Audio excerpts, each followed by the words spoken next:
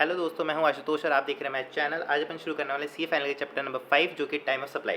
देखो टाइम यानी कि समय बहुत ज़्यादा इंपॉर्टेंट होता है। देखो अगर आप कभी एग्जाम में जा रहे हो, ठीक है, तो अगर उस टाइम पे आपको आंसर याद आ गया ना किसी क्वेश्चन का, तब तो ठीक है। अगर बाद में भले कितना अच्छा आपको आंसर आता हो, उससे कोई फर्क ही नहीं पड़ रहा। सिमिलरली आपकी गर्लफ्रेंड है, आपने टाइम पे उसे बोल दिया तो बोल दिया, ठीक है, बाद में आप रोते रहना, कोई फर्क नहीं पड़ने वाला, ठीक है। तो let's get back to the topic. तो टाइम ऑफ सप्लाई क्यों इंपॉर्टेंट है? क्योंकि टाइम ऑफ सप्लाई ये बताता है कि कब अपन को अपनी रिटर्न में एक पर्टिकुलर ट्रांजेक्शन को फाइल करना है और कब उसके लिए अपन को उसका टैक्स डिपॉजिट करना है गवर्नमेंट को, ठीक है। तो टाइम ऑफ सप्लाई बहुत ही इंपॉर्टेंट टॉपिक हो जाता है। अब आप बोलोगे यार कि जब सिंपल बात है, जब ट्रांजेक्शन हो रहा है उस टाइम पे उसका टाइम ऑफ सप्लाई होगा, इसके लिए एक चैप्टर बनाने की जरूरत होती है। तो इसको मैं आपको एक एग्जांपल समझाता हूँ, ठीक है। लेट्स सपोज अपन एक एग्जांपल कंसीडर करते हैं। जैसे कि मानो कि एक कोई ट्रांजेक्शन था, ठीक है। लेट्स सपोज कि आशुतोष मैं हूँ, ठीक है। मैंने लेट्स सपोज एक विनीत एंटरप्राइज करके एक कंपनी है, उससे कुछ शूज़ खरीदे, ठीक है। तो लेट्स सपोज, तो ऑर्डर मैंने दिया 1 मई को, ठीक है।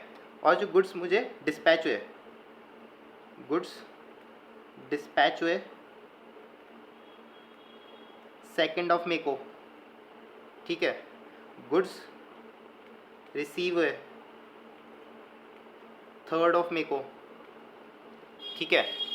पेमेंट मैंने इसका किया लेट्स सपोज 10 मई को, ठीक है। इनवॉइस इसकी आई लेट्स सपोज 15 मई को बनी, ठीक है। हाँ, तो मैं बोल रहा था कि पेमेंट हुआ अपना 10 मई को, ठीक है। और payment received by Vineet enterprises, ये कब हुआ? ये आपका लेट्स सपोज हुआ 16 मई को, ठीक है। तो अब इसमें ट्रांजैक्शन की डेट क्या पकड़ेंगे आप क्या बोलोगे कि किस दिन आपका ट्रांजैक्शन हुआ और कब आपकी टाइम ऑफ सप्लाई है, ठीक है। तो ऐसे केस में चक्कर पड़ता है। कुछ लोग बोलेंगे यार कि मैंने ऑर्डर 1 मई को किया था तो ऑर्डर की डेट होनी चाहिए टाइम ऑफ सप्लाई। कुछ लोग बोलेंगे जिस दिन गुड्स डिस्पैच हुए उस दिन की डेट होनी चाहिए। कुछ लोग बोलेंगे जिस दिन गुड्स रिसीव हुए उस दिन की होनी चाहिए। कुछ लोग बोलेंगे इनवॉइस वाली डेट होनी चाहिए, ठीक है। तो इसमें बहुत ज़्यादा कन्फ्यूजन हो जाता है, ठीक है। तो इसलिए टाइम ऑफ सप्लाई का कॉन्सेप्ट लाया गया। अब देखो, जब अपन टाइम ऑफ सप्लाई पढ़ेंगे तो टाइम ऑफ सप्लाई गुड्स के लिए अलग है, सर्विसेज के लिए अलग है।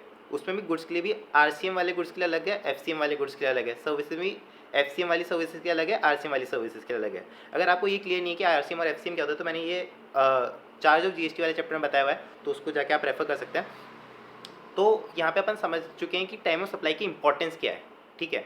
अब अपन समझते हैं कि टाइम ऑफ सप्लाई के चैप्टर के जो कॉन्सेप्ट हैं उनको, ठीक है, जल्दी से अपन समझते हैं, बहुत ही ज़्यादा क्लियर तरीके से अपन समझेंगे उनको, ठीक है।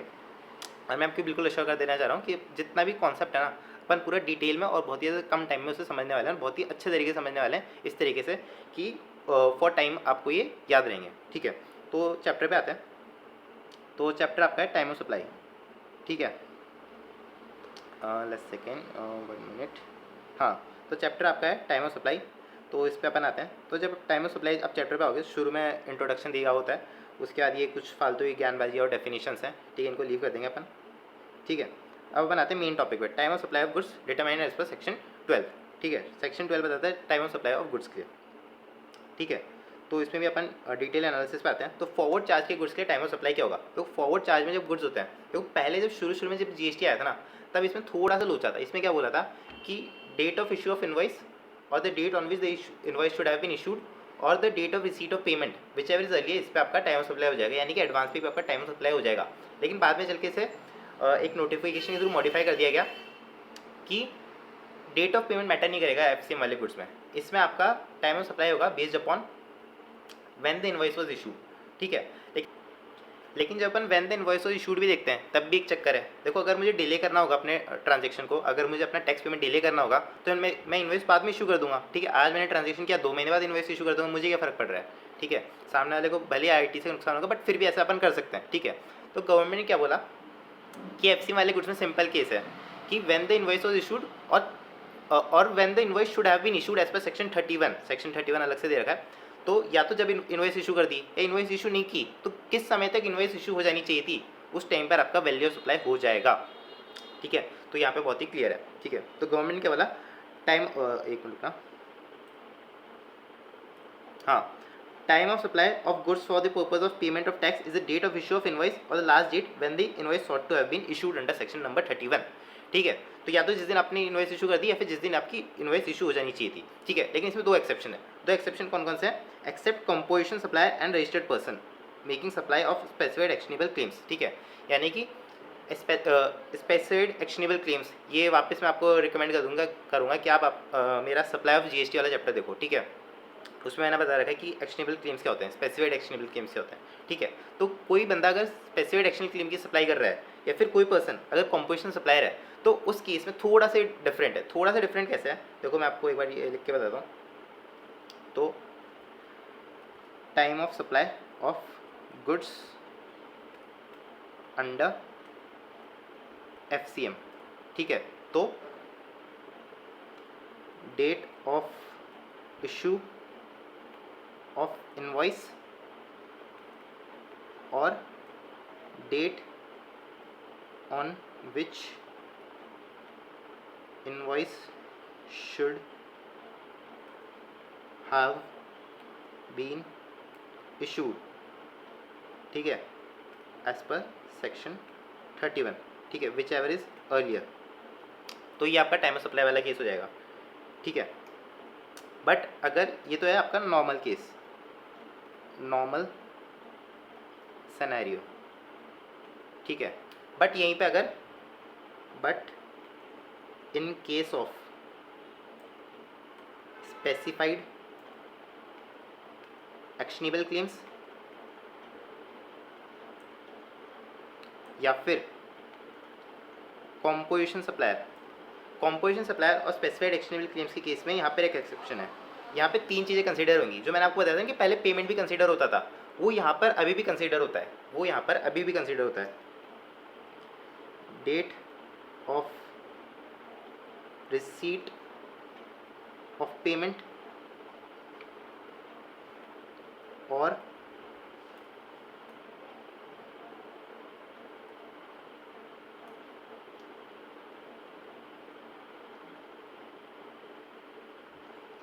whichever is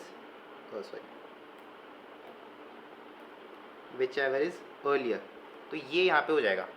तो ये यहाँ पे एक स्पेशल पॉइंट दे दिया गया कि अगर आप स्पेसिफाइड एक्शनेबल क्लेम के सप्लायर है, फिर कंपोजिशन सप्लायर हो, तो आपको date of receipt of payment देखना है या फिर date of issue of invoice देखना है या date on which the invoice should have been issued. कि आपको स्पेसिफाइड एक्शनेबल क्लेम और कंपोजिशन सप्लायर के केस में एक एक्स्ट्रा पॉइंट है।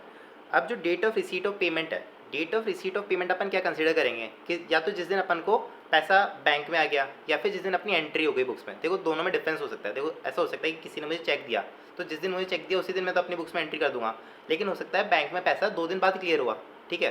तो अपन किसको अपनी date of receipt of payment मान लेंगे, तो विच एवर इज अर्लियर है उसको अपन रिसीट ऑफ पेमेंट मान लेंगे, ठीक है। तो ये यहाँ पे दे रखा है meaning of date of receipt of payment, so the date on which the payment is recorded in books of account और the date on which the payment is credited in the entity's bank account, whichever is earlier, उसको अपन date of receipt of payment मान लेंगे, यहाँ पर दे रखा है। अब अपन आते हैं कि date of issue of invoice क्या है। Date of issue of invoice क्या है, मैंने आपको बताया सेक्शन 31 में बताया गया कि last date of issue of invoice क्या हो सकती है, ठीक है। तो अगर आपकी मूवेबल गुड्स हैं, तो जिस दिन आपके गुड्स रिमूव है ना आपके प्रेमाइसेस से, वो आपकी date of issue of invoice हो जाएगी, यानी कि उस दिन तक आपको इनवॉइस इशू कर देना है। Last date of issue of invoice की बात मैं कर रहा हूँ, ठीक है। अगर आपके गुड्स ऐसे थे जिनको मूव करने की जरूरत नहीं थी, ठीक है, ऐसा कैसे हो सकता है, देखो ऐसा ऐसे हो सकता है। लेट्स सपोज आपने एक बिल्डिंग सेल की, ठीक है, आपने एक बिल्डिंग सेल की जिस पे जीएसटी एप्लीकेबल ही नहीं था, ठीक है, क्योंकि शेड्यूल 2 के अकॉर्डिंग और not a supply under GST थी, ठीक है, शेड्यूल 3 के अकॉर्डिंग, सॉरी, ठीक है। तो उस पर जीएसटी एप्लीकेबल ही नहीं था। अब क्या हुआ कि आपने बिल्डिंग तो बेच दी, अब बिल्डिंग के अंदर आपके बहुत सारा फर्नीचर था, ठीक है। तो आपने क्या बोला जिस बंदे को आपने बिल्डिंग बेची कि तू मेरा फर्नीचर भी ले ले, मैं तुझे एक सेपरेट इनवॉइस इशू कर देता हूँ, तू 5 लाख रुपए देके मेरा फर्नीचर भी ले ले। अब फर्नीचर, वो बिल्डिंग तो उसकी हो चुकी थी, ठीक है, लेकिन फर्नीचर अपना था, लेकिन फर्नीचर रखा उसी बिल्डिंग में था, ठीक है। तो उसने बोला ठीक है। तो क्या हुआ, अपन को जो फर्नीचर उसे शिफ्ट करने की जरूरत नहीं पड़ी, उसे मूव करने की जरूरत नहीं पड़ी, वो वहाँ का वहाँ रह गया, लेकिन उसका जो अपन ने राइट है या फिर जो अपना उसका जो टाइटल है वो अपन ने ट्रांसफर कर दिया किसी को, ठीक है। तो यहाँ पे गुड्स को अपन को मूव करने की जरूरत नहीं पड़ी। तो in case the goods are not required to be moved, in that case the invoice should have been issued on the date on which the goods are made available to the recipient of the goods, ठीक है। So before और at the time of removal of goods और delivery of goods और making goods available to the recipient in any other case, ठीक है। अब अगर continuous supply का केस है, कंटिन्यूस सप्लाई कैसे, जैसे कि सपोज आपके घर में पानी आता है, ठीक है, तो जो पानी आ रहा है आपके घर में, ठीक है, तो लगातार आ रहा है, ठीक है। ऐसा तो है नहीं कि आप बोलोगे कि यार अब 1 लीटर पानी मैंने भर लिया, अब इसकी इन्वॉइस इशू कर दो, अब मैंने 2 लीटर भर दिया, इसकी इन्वॉइस इशू कर दो। या फिर काफ़ी शहरों में पाइपलाइन से गैस आती है, ठीक है, तो पाइपलाइन से गैस आ रही है तो वो तो लगातार आ रही है, ठीक है, वो कोई लॉट्स में तो आ नहीं रही, ठीक है। तो उसके केस में last date of issue of invoice क्या बोलेंगे अपन? तो पहली बात तो जो कंटिन्यूस सप्लाई ऑफ गुड्स है, ठीक है, तो पहले तो आपको ये डिटरमाइन करना पड़ेगा कि जो पर्टिकुलर सर्विस है वो कंटिन्यूस सप्लाई ऑफ गुड्स है कि नहीं है, ठीक है। जैसे कि आपके न्यूज़पेपर आता है घर में, ठीक है, तो उसकी भी रोज़ इशू ऑफ इन्वॉइस नहीं होती, ठीक है, वो भी आपका पीरियोडिकल इन्वॉइस आता है उसका भी, ठीक है, वो भी एक तरीके से कंटिन्यूस सप्लाई ऑफ गुड्स है, ठीक है। तो in case of continuous supply of goods the invoice should have been issued before और at the time of issue of periodical statement और रिसीट ऑफ पीरियोडिकल पेमेंट। यानी कि अगर आप पीरियोडिकल स्टेटमेंट इशू कर रहे हो तो उस डेट तक आपका इशू हो जाना चाहिए इन्वॉइस, या फिर अगर आप पीरियोडिकल पेमेंट रिसीव कर रहे हो तो जिस दिन आपने रिसीव किया उस दिन तक आपका इशू हो जाना चाहिए इन्वॉइस, ठीक है। ड्यू डेट ऑफ पेमेंट से मतलब नहीं है, जो एक्चुअल डेट ऑफ रिसीट है ना वो यहाँ पर अपने काम आएगी, ये बात अपन को ध्यान में रखनी है। इसके अलावा अपन गुड्स को सेल कर सकते हैं अप्रूवल बेसिस पे, ठीक है। सोगा आपने चैप्टर पढ़ा होगा सी फाउंडेशन में, ठीक है, तो बहुत सारे लोग ऐसे छोड़ के भी जाते थे, बट फिर भी अगर आपको ध्यान हो तो उसमें क्या होता है कि अपन कंसाइनमेंट अपन एक जो पर्सन होता है उसको अपन अपना कंसाइनमेंट ऑफ गुड्स भेज देते हैं, ठीक है। अब उसकी जिम्मेदारी होती है कि वो उसे सेल करे, ठीक है, और अगर सेल नहीं करेगा तो वो मुझे वापस कर देगा, ठीक है, उस पर वो कुछ कमीशन खा लेगा, ठीक है। तो अगर मैं sale of goods on approval basis करी, ठीक है, या फिर ऐसा भी केस हो सकता है कि मैंने किसी बंदे को गुड्स भेजे, ठीक है, अब मैंने उसे बोला कि यार तुझे पसंद आए तो रख लेना वरना मुझे वापस दे देना, ठीक है, अप्रूवल बेसिस है, ठीक है, तुझे अप्रूव आए तो रख लेना अदरवाइज मुझे वापस दे देना।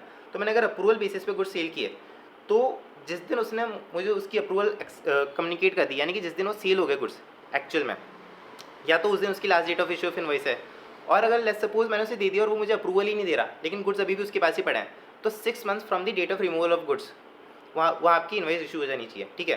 तो सिंपल सी बात करते हैं, अगर आपने sale of goods on approval basis किए हैं तो date on which the supply is made और the date on which date of 6 months जिस दिन पास हो जाते हैं उस दिन आपकी इनवॉइस इशू हो जानी चाहिए। In case of goods sent on approval basis invoice should be issued before और at the time of supply और 6 months from the date of removal whichever is earlier. तो बड़ा ही सिंपल सा case यहाँ पे बता रखा है, ठीक है। यह कब तक इनवॉइस इशू हो जानी चाहिए, टाइम ऑफ सप्लाई की बात नहीं कर रहे अपन, ठीक है।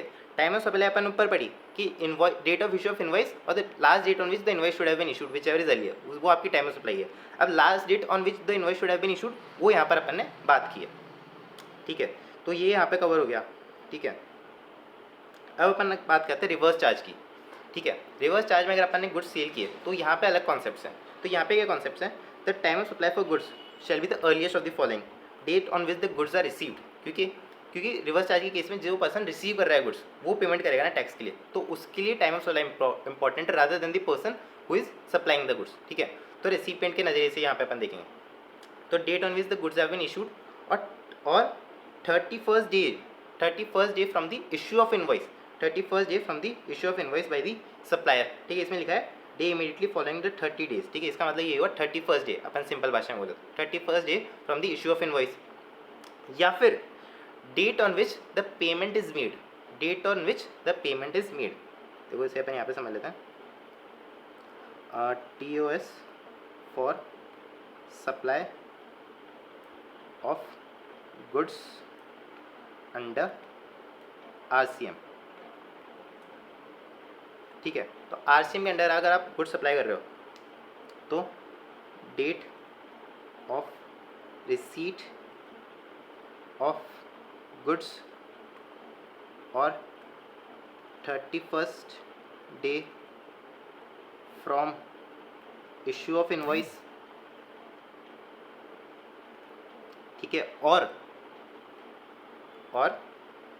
The date of making payment. अब अभी एक बात नोटिस करोगे, जब अपन FCM की बात कर रहे थे तो अपन बात कर रहे थे डेट ऑफ रिसीविंग पेमेंट, लेकिन यहाँ पे अपन बात करें डेट ऑफ मेकिंग पेमेंट। देखो इसका कॉन्सेप्ट वही है कि यहाँ पर अपन रेसिपिएंट के नज़रिए से बात कर रहे हैं, तो रेसिपिएंट तो गुड्स उसने परचेज किए तो वो अपना पेमेंट करेगा ना, तो अपन रेसिपिएंट के नज़रिए से बात कर रहे हैं, इसलिए यहाँ पे डेट ऑफ मेकिंग पेमेंट आई है। तो इनमें से जो भी अर्लियर होगा ना उस दिन आपकी टाइम ऑफ सप्लाई हो जाएगी। सिंपल सा कॉन्सेप्ट है, date of receipt of goods 31st day from the issue of invoice और the date of making payment whichever is earlier, उस दिन आपकी टाइम ऑफ सप्लाई आ जाएगी in case of RCM goods, ठीक है।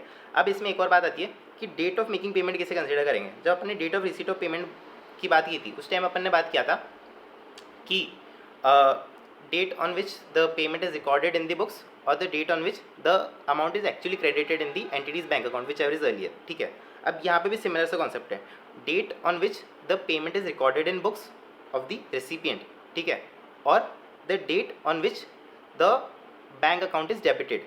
ठीक है, विच एवर इज अर्लियर, उस दिन आपका डेट ऑफ मेकिंग पेमेंट आ जाएगा। यानी कि जिस दिन आपने या तो बुक्स में पेमेंट रिकॉर्ड कर लिया या फिर जिस दिन आपके बैंक से एक्चुअल में पैसा कटा, विच एवर इज अर्लियर, वो आपका डेट ऑफ मेकिंग पेमेंट हो जाएगा। ठीक है, तो वो यहाँ पर वैसे इन्होंने डिटेल में यहीं पे दे रखा है, date on which the payment is recorded in the books of accounts और the date on which the same is debited in the bank account whichever is earlier. ठीक है, तो तीन चीज़ों के बेसिस पे अपन को टाइम ऑफ सप्लाई यहाँ पे देखना होगा। तो time of supply of goods यहाँ पे खत्म होता है मेनली। तो ठीक है, अब कुछ स्पेशल केसेस आते हैं। देखो, time of supply of vouchers कभी कभी आपको इशू होते हैं। देखो, कभी आप पेटीएम से सामान खरीदते हो तब आपको वाउचर्स मिलते हैं, या फिर लेट्स सपोज आप जियो मार्ट वगैरह जाते हो, ठीक है, या फिर शॉपर स्टॉप वगैरह जाते हो, तो वहाँ पे कुछ रहता है कि कुछ ऑफर रहता है कि अगर आप इतने का सामान करोगे तो आपको ये वाउचर मिलेंगे। ठीक है, तो अब जो वाउचर मिल रहे हैं, लेट्स सपोज आपको 5000 रुपये का क्लोज का वाउचर मिला शॉपर स्टॉप पे। ठीक है, तो अब उसका टाइम ऑफ सप्लाई क्या रहेगा? तो देखो, वाउचर्स केस में स्पेशल केस आता है, इसमें एक क्लैरिफिकेशन दिया हुआ है कि वाउचर्स के केस में टाइम ऑफ सप्लाई क्या रहेगा। वाउचर्स के केस में टाइम ऑफ सप्लाई रहेगा, अगर जो सप्लाई है वो identifiable at the time of issue of voucher है, देन तो इशू ऑफ वाउचर जिस दिन हुआ है उसी दिन आपका टाइम ऑफ सप्लाई हो जाएगा। लेकिन अगर supply is not identifiable at the time of issue of voucher, then जिस दिन वाउचर रिडीम हुआ उस दिन उसका टाइम ऑफ सप्लाई हो जाएगा। अब देखो, मैं आपको सिंपल से समझाता हूँ इसमें क्या होता है। लेट्स सपोज आपने जोमेटो से फूड ऑर्डर किया। ठीक है, अब जोमेटो ने आपको वाउचर दिया कि आप 100 रुपये का फूड बाद में भी कभी मंगा सकते हो। ठीक है, तो इस केस में क्या हुआ कि जो जोमेटो है उसको पता है कि जो 100 रुपये का कूपन है ना, या फिर 100 रुपये का जो वाउचर है, उससे आप फूड ही मंगा सकते हो। जो सप्लाई है identifiable at the time of issue of voucher, उससे आपको पता है कि आप फूड ही मंगा सकते हो। तो इसका मतलब जिस दिन आपकी टाइम ऑफ सप्लाई कब हो जाएगी? जिस दिन वाउचर इशू हुआ। अब लेट्स सपोज आपको स्विगी इंस्टामार्ट का वाउचर मिला, स्विगी इंस्टामार्ट। ठीक है, स्विगी इंस्टामार्ट पर ग्रॉसरी का सामान मिलता है। ठीक है, उस पर आइसक्रीम भी आप मंगा सकते हो, उस पर आप अपने क्लोथ्स भी मंगा सकते हो, उस पर इलेक्ट्रॉनिक सामान भी मंगा सकते हो, उस पर मोबाइल का चार्जर भी मंगा सकते हो, उस पर कुछ भी मंगा सकते हो। ठीक है, तो लेट्स सपोज आपको स्विगी इंस्टामार्ट पे 100 रुपये का ही अगेन एक वाउचर इशू हुआ। ठीक है, अब लेकिन वाउचर पे ये नहीं दे रखा है कि आप इसको किसके अगेंस्ट में यूज़ कर सकते हो। आप कुछ भी सामान होगा 100 रुपये का, आपको 100 रुपये ऑफ हो जाएंगे सामान पे अगर वाउचर यूज़ करते हो तो। ठीक है, तो इसमें सप्लाई है जो आइडेंटिफाइबल नहीं eight the time of issue of voucher. जो स्विगी है उसे पता नहीं कि आप किस सामान के अगेंस्ट में इसे यूज़ करोगे। जिस दिन रिडीम होगा ना उसी दिन फाइनली स्विगी को पता चलेगा कि आपने किस सामान के अगेंस्ट इसे रिडीम किया है। ठीक है, तो इस केस में जिस दिन वाउचर रिडीम हुआ ना उस दिन आपकी टाइम ऑफ सप्लाई हो जाएगी। देखो, ऐसा क्यों होता है? क्योंकि अलग अलग प्रोडक्ट पे अलग अलग जीएसटी के रेट रहते हैं। ठीक है, तो आप जीएसटी किस रेट से पे करोगे ये आपको कैसे पता चलेगा अगर आपकी सप्लाई आइडेंटिफाइबल नहीं है eight the time of issue of voucher. ठीक है, तो जिस दिन आपका वाउचर इशू हो रहा है उस दिन अगर आपको पता है कि किस रेट वाले प्रोडक्ट के अगेंस्ट ये रिडीम होगा, तब तो उसी दिन टाइम ऑफ सप्लाई हो जाएगी। लेकिन अगर ये नहीं पता तो नॉर्मली यही कर सकते हो कि जिस दिन एक्चुअली रिडीम हो गया उस दिन उसकी टाइम ऑफ सप्लाई कर दो। ठीक है, तो time of supply in case of issue of voucher ये सिंपल सा है कि date of issue of voucher if the supply is identifiable at that point और date of redemption of voucher in other cases. अब अगर ये सारे provision आपने लगा लिए फिर भी आप टाइम ऑफ सप्लाई डिटरमाइन नहीं कर पा रहे हो किसी तरीके से, वैसे तो आपकी टाइम ऑफ सप्लाई 101% आपकी डिटरमाइन हो जाएगी, बट फिर भी रेजिडुअल केस का प्रोविजन दे दिए कि जीएसटी के केस में कि अगर आप फिर भी आप डिटरमाइन नहीं कर पा रहे हो then date of periodical return, जिस दिन आप रिटर्न फाइल कर रहे हो ना उस दिन आप अपनी टाइम ऑफ सप्लाई मान लो, जिस दिन आपकी टाइम ऑफ सप्लाई मान लो। आप रिटर्न भी फाइल नहीं करते, तो जिस दिन आप जीएसटी का पेमेंट करते हो ना यार उसी दिन आप जीएसटी की टाइम ऑफ सप्लाई मान लो। ये आपको अलग से रेजिडुअल केस दे दिए गए जीएसटी में।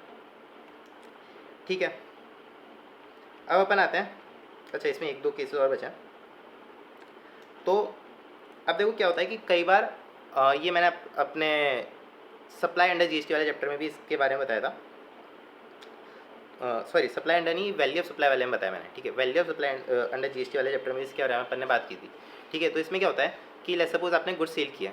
ठीक है, गुड सेल किए 10,000 रुपये के। ठीक है, और आपने बोला कि 10 दिन में मुझे पेमेंट कर देना, अगर 10 दिन में तू पेमेंट नहीं करता मुझे तो मैं तुझ पर 100 रुपये की पेनल्टी लगाऊंगा। ठीक है, अब क्या हुआ, सामने वाले बंदे ने मुझे 15 दिन बाद पेमेंट किया, तो मैंने बोला यार 100 रुपये की पेनल्टी है तुझ पर, तो मुझे 10,100 रुपये का पेमेंट करा।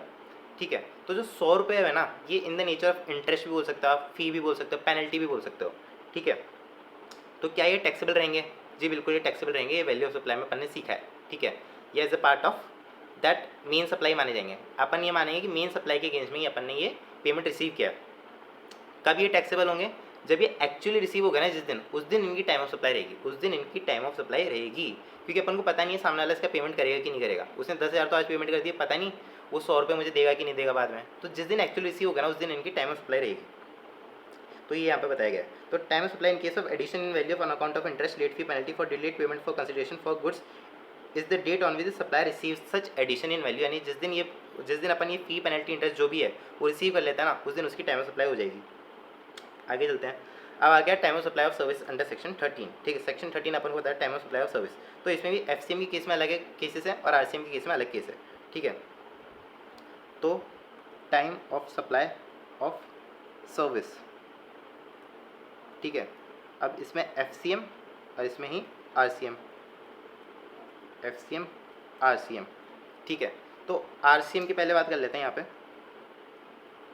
तो आरसीएम में क्या बोलता है कि date of making payment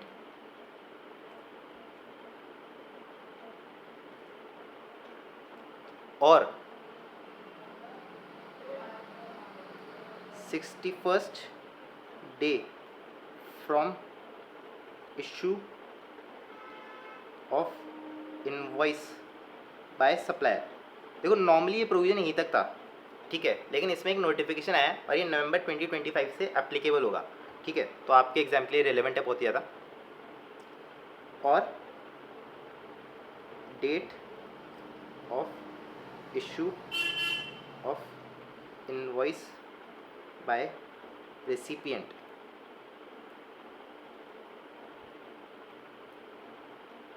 whichever is earlier. देखो इसमें सिंपल सा क्या बोला गया कि आरसीएम के केस में अगर सर्विसेज आप सप्लाई कर रहे हो तो उसका टाइम ऑफ सप्लाई क्या होगा, या तो जिस दिन आपने पेमेंट मेक कर दिया, जिस दिन आपने पेमेंट किया, ठीक है, पेमेंट का वही आपको बताया गया है, ठीक है, जिस दिन आपके बैंक से डेबिट हो गया, फिर जिस दिन आपने बुक्स में रिकॉर्ड किया, विच एवर इज अर्लियर, ठीक है, या फिर 61st day from the issue of invoice by the supplier.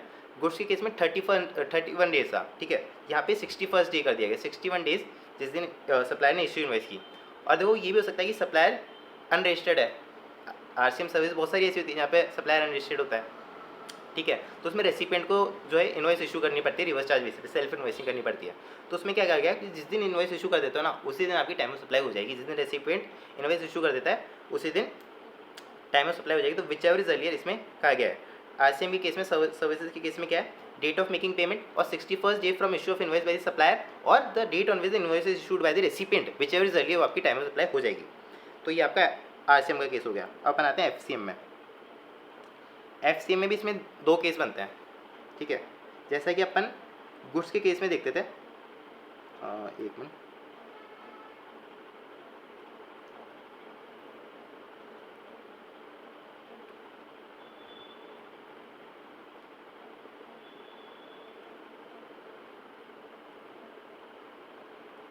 तो जैसा कि गुड्स के केस में प्रिस्क्राइब था कि कब तक आपकी इनवॉइस इशू हो जानी चाहिए, वैसे सर्विस के केस में प्रिस्क्राइब्ड है कि कब तक आपकी इनवॉइस इशू हो जानी चाहिए।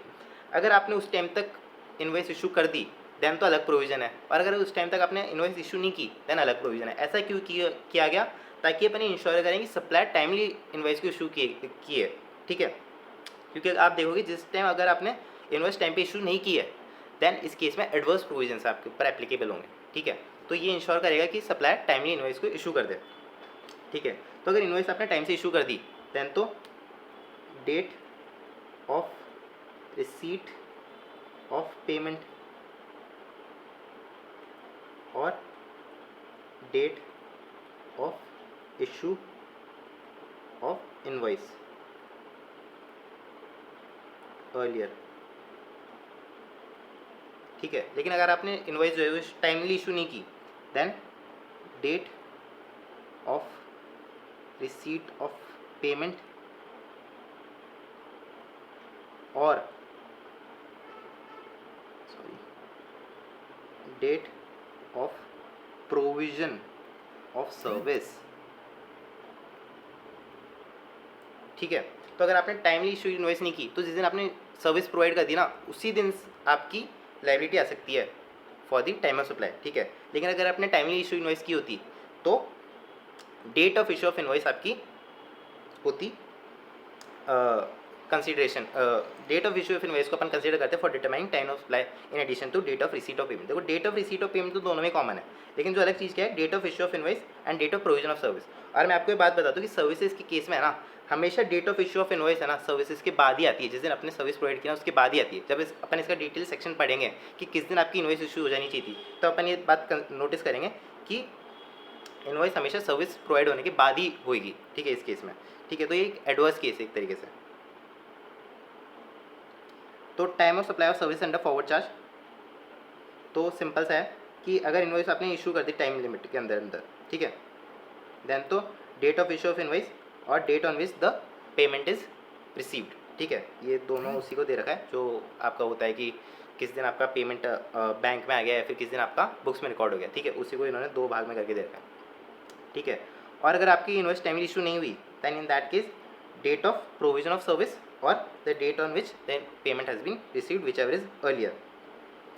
अगर किसी भी तरीके से आपकी टाइम सप्लाई नहीं निकल पा रही है, दैन वही सिमिलर दे रखा है कि जिस दिन आपके रेसिपिएंट के बुक्स में जो सर्विसेज वो रिकॉर्ड होगी उस दिन उसको टाइम सप्लाई पर मान लेंगे, ठीक है। ये आपका दे रखा है कि किस दिन तक आपकी इनवॉइस इशू हो जानी चाहिए, इसको अपन बाद में पढ़ते हैं। पहले अपन आरसीएम के केस में टाइम ऑफ सप्लाई देख लेते हैं। तो हाँ, रिवर्स चार्ज के केस में टाइम ऑफ सप्लाई कब आएगा, डेट ऑफ पेमेंट और date immediately following the 60 days, यानी कि 61st day from the issue of invoice by the supplier. देखो इसमें ये नहीं दे रखा है कि date of issue of invoice by the recipient, जो मैंने आपको थर्ड केस बताया था, क्योंकि ये अभी May 25 तक अपडेटेड बुक्स आई सी आएगी, बट नवंबर 25 में एक एडिशनल चीज़ होगी कि date of issue of invoice by the recipient, इसको भी अपन थर्ड एज अ पैरामीटर जोड़ लेंगे और विच एवर इज अर्लियर इसमें भी लगा देंगे, ठीक है। तो तीनों में से जो अर्लियर होगा वो आपकी डेट ऑफ टाइम सप्लाई आ जाएगी, ठीक है। डेट ऑफ मेकिंग पेमेंट वही है, पेमेंट जिस दिन आप बुक्स में रिकॉर्ड हुआ है या फिर the payment on which the payment is debited in the recipient's bank account whichever is earlier, date of making payment वही आ जाएगी, ठीक है। अब अपन आते हैं कि किस दिन तक आपकी इनवॉइस इशू हो जानी चाहिए थी, किस दिन तक आपकी इनवॉइस इशू हो जानी चाहिए थी। देखो नॉर्मल केसेस में, सर्विस के केस में 30 दिन के अंदर अंदर आपकी जो इनवॉइस है वो इशू हो जानी चाहिए, 30 days from the provision of service, ठीक है। तो वही बताया गया था, tax invoice needs to be issued within 30 days of the provision of service. लेकिन एक स्पेशल केस है कि अगर आप बैंक, NBFC, इंश्योरेंस कंपनी या फाइनेंशियल इंस्टीट्यूशन हो, देन इन दैट केस ये 30 डेज बढ़ के 45 डेज हो जाता है आपके लिए, क्योंकि यहाँ पे ट्रांजेक्शन बहुत ज़्यादा होते हैं, ठीक है। तो कई बार प्रैक्टिकली पॉसिबल नहीं हो पाता 30 डेज के अंदर इशू इन्वेस्ट करना, ठीक है। तो इसमें 45 डेज हो जाती है लिमिट, ठीक है। और अगर आप ये बैंक, NBFC, फाइनेंशियल इंस्टीट्यूशन या फिर इंश्योरेंस कंपनी हो, या फिर एक एडिशनल इसमें एक और पैरामीटर है, टेलीकॉम कंपनी भी अगर है, वो अगर अपने डिस्टिंक्ट पर्सन मैंने आपको बताया था सप्लाई अंडर GST के केस में, ठीक है, सप्लाई अंडर GST जो चैप्टर था, अगर आपको नहीं पता है तो वो चैप्टर जाके देख लेना, उसमें मैंने डिटेल में बताया, ठीक है। तो अगर ये कंपनियां अगर अपने डिस्टिंक्ट पर्सन को कुछ सर्विसेज देती हैं, in that case time of issue of invoice would be before the expiry of the quarter in which the services have been actually provided, ठीक है। तो वो आपका हो जाएगा, ठीक है। तो 45 days in case of insurance companies, banking companies, financial institution, NBFCs, and in case of insurance company, banking companies, financial institution including NBFC and telecom companies, between distinct person अगर सप्लाई कर रहे हैं सर्विसेज को, then invoice may be issued before the expiry of the quarter during which the supply was made, ठीक है। तो ये अपन ने यहाँ पे देख लिया है। इसके बाद इन case of continuous supply of service, continuous supply of service का केस कब आता है कि अगर 3 महीने से ज़्यादा अगर आप कंटिन्यूसली सप्लाई कर रहे हो ना सर्विसेज को, तो अपन उसे बताएंगे कंटिन्यूस सप्लाई ऑफ सर्विस का केस। देखो ये कैसे हो सकता है, लेट्स सपोज आपने ब्रॉडबैंड की सर्विस ली जो कि 6 महीने तक आपने उसका प्लान ले लिया, ठीक है। तो एक तरीके से कंटिन्यूस सप्लाई ऑफ सर्विस का केस हो गया, 6 महीने तक लगातार आपको सर्विस रिसीव हो रही है। सिक्योरिटी गार्ड की सर्विस ली जो रोज़ आपके गेट पे आके खड़ा होता है, ठीक है। तो ये भी एक तरीके से कंटिन्यूस सप्लाई ऑफ सर्विस का केस हो गया, 6 महीने तक लगातार आ रहा है, तो ठीक है। 3 महीने से ज़्यादा अगर आप कोई भी कंटिन्यूसली किसी सर्विस को रिसीव करते हो ना, तो फिर कंटिन्यूस सप्लाई ऑफ सर्विस का केस रहता है। तो कंटिन्यूस सप्लाई ऑफ सर्विस के केस में किस दिन आपकी time of issue of invoice होगी, last date of issue of invoice. देखो अगर आपकी जो पेमेंट की जो ड्यू डेट्स हैं वो आइडेंटिफाइबल हैं, देन तो due date of making that payment. अगर आइडेंटिफाइबल नहीं है, then the actual date on which the payment is made, ठीक है। और वो भी नहीं है अगर आपका माइलस्टोन लिंक्ड सर्विस है, ठीक है, जैसे कि सपोज कंस्ट्रक्शन सर्विस है, तो उसमें आपने माइलस्टोन दे रखे हैं 10%, 20%, 30% कंस्ट्रक्शन कंप्लीट हो गया, तो जिस दिन वो माइलस्टोन कंप्लीट हो जाएगा ना, उस दिन आपकी date of issue of invoice हो जानी चाहिए। तो in case of continuous supply of service, the due date of payment, whether due date of payment is ascertainable at the time when the supplier receives the payment, where the due date of the payment is not known, and before the date of completion of milestone event, where the payment is linked to the completion of the event। तो ये आपकी last date of issue of invoice हो जाएगी। Continuous supply of service under contract for a period of exceeding 3 months with periodic payment obligation, ये मैंने आपको बताया था कंटिन्यूस सप्लाई ऑफ सर्विस क्या होती है। अब अगर आपकी कोई सर्विस थी वो एक तरीके से आपको रिसीव कर रहे थे लगातार, ठीक है, और वो कभी बीच में रुक जाती है किसी भी रीज़न से, ठीक है, तो उसकी time of issue of invoice कब हो जाएगी? Time of issue of invoice हो जाएगी the date on which the services cease, ठीक है, to the extent the services were provided before cessation, ठीक है, जितना आपने सर्विस दे दी बिफोर द सीजेशन उतनी तक की आपको इनवॉइस उस दिन इशू कर देनी जिस दिन आपकी सर्विसेज सीज हो गई, ठीक है, तो ये यहाँ पे दे रखा है सेम। इसके अलावा एक सर्कुलर आया है जो कि आईसी टेस्ट कर सकता है एग्जाम में, तो इसमें क्या बोला है कि देखो हाइब्रिड एन्युटी मॉडल पे अगर आपके रोड्स जो है बिल्ट हो रहे हैं, देखो गवर्नमेंट क्या करती है कि किसी कॉन्ट्रैक्टर को ठेका दे देती है कि आप ये जो रोड है उसे बिल्ड करो और उसे मेंटेन करो 5 साल के लिए, क्योंकि गवर्नमेंट को डर रहता है कि उस जो कॉन्ट्रैक्टर है ना वो ख़राब माल लगा देगा, तो अगर ख़राब माल लगाएगा ना तो उसका ही नुकसान है, क्योंकि 5 साल उसी को मेंटेन करना है इस रोड को, ठीक है, तो ये इंश्योर करता है कि कॉन्ट्रैक्टर उससे अच्छा माल लगाएगा ताकि उसका खुद का नुकसान नहीं है, ठीक है, तो गवर्नमेंट क्या बोलती है आप ये रोड बनाओ और 5 साल इसे मेंटेन करो और इसके बदले में आपको पैसे देंगे, एक तो जो आपने रोड बिल्ड किया उसका और जो आप एक मेंटेनेंस कर रहे हो सर्विस उसका, ठीक है, मेंटेनेंस का एक फिक्स अमाउंट होता है, ठीक है, भले कितना ही रोड टूटे भले कितना ही ना टूटे, ठीक है, तो इसे हाइब्रिड एन्युटी मॉडल बोलते हैं, ठीक है, तो इस केस में टाइम ऑफ सप्लाई कब आएगा? तो ये एक तरीके का कंटिन्यूस सप्लाई ऑफ सर्विस हो गया, ठीक है, जैसे अगर आप मान रहे हो कि 5 साल तक अगर आपको मेंटेन करना है रोड को, तो ये सिंपली यार कंटिन्यूस सप्लाई ऑफ सर्विस का केस है, 3 साल से ज़्यादा आप सर्विस 3 महीने से ज़्यादा आप सर्विस को रिसीव कर रहे हो, तो उस तरीके से इस पर टैक्सेबिलिटी आएगी। अब कंटिन्यूस सप्लाई ऑफ सर्विस के केस में कब तक इन्वॉइस इशू हो जाना चाहिए था? अगर ड्यू डेट्स क्लियर हैं पेमेंट की, जो कि नॉर्मली होंगी ऐसे केस में, तो जिस दिन ड्यू डेट पड़ रही है आपकी पेमेंट की उस दिन तक आपकी इन्वॉइस इशू हो जानी चाहिए थी, उस दिन तक आपकी इन्वॉइस इशू हो जानी चाहिए थी, ठीक है, the same appears to be covered under the continuous supply of service, ठीक है, उस दिन तक आपकी इन्वॉइस इशू हो जानी चाहिए थी। अब date of time of supply कब होगा?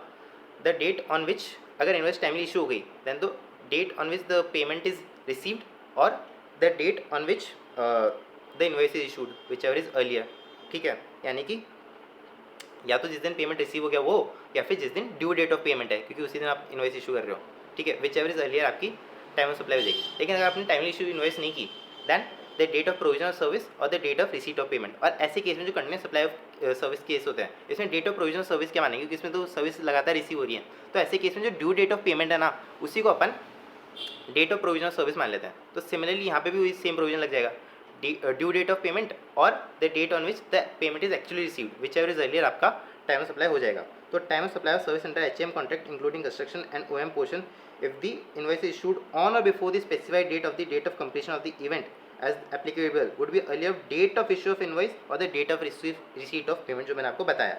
However in case where the invoice is not issued before the time, ठीक है, time of supply should be the earlier of the following date of provision of service, और ऐसे case में due date of payment को अपन date of provision of service मान लेते हैं, और the date of receipt of payment whichever is earlier, ये आपकी टाइम ऑफ सप्लाई हो जाएगी।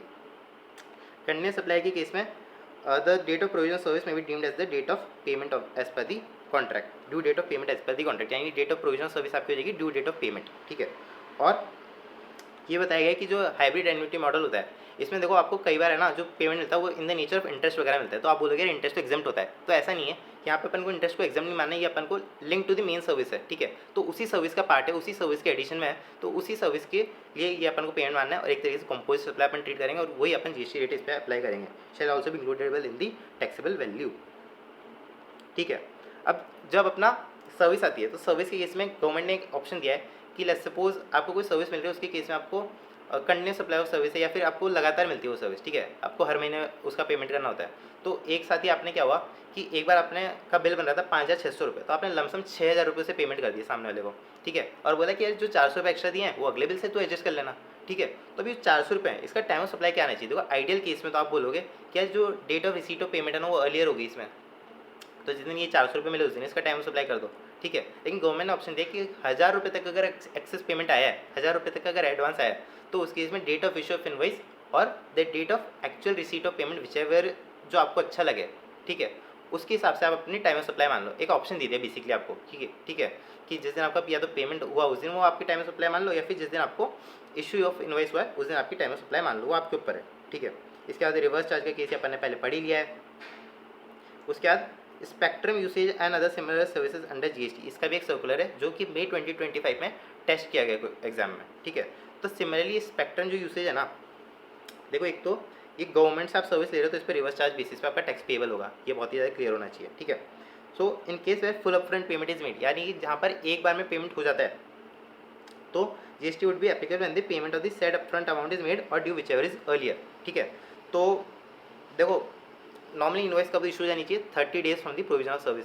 ठीक है, और 30 दिन प्रोविजन ऑफ सर्विस क्या मानेंगे, ड्यू डेट। ठीक है, तो ड्यू डेट और receipt of payment whichever is earlier, ये आपकी time of supply of service हो जाएगी, टाइम ऑफ सप्लाई हो जाएगी अगर अपफ्रंट अमाउंट एक बार में मिल गया। ठीक है, लेकिन अगर इंस्टॉलमेंट्स पेमेंट मिल रहा है तो एक तरीके से कंटिन्यूस सप्लाई ऑफ सर्विस का केस हो जाएगा।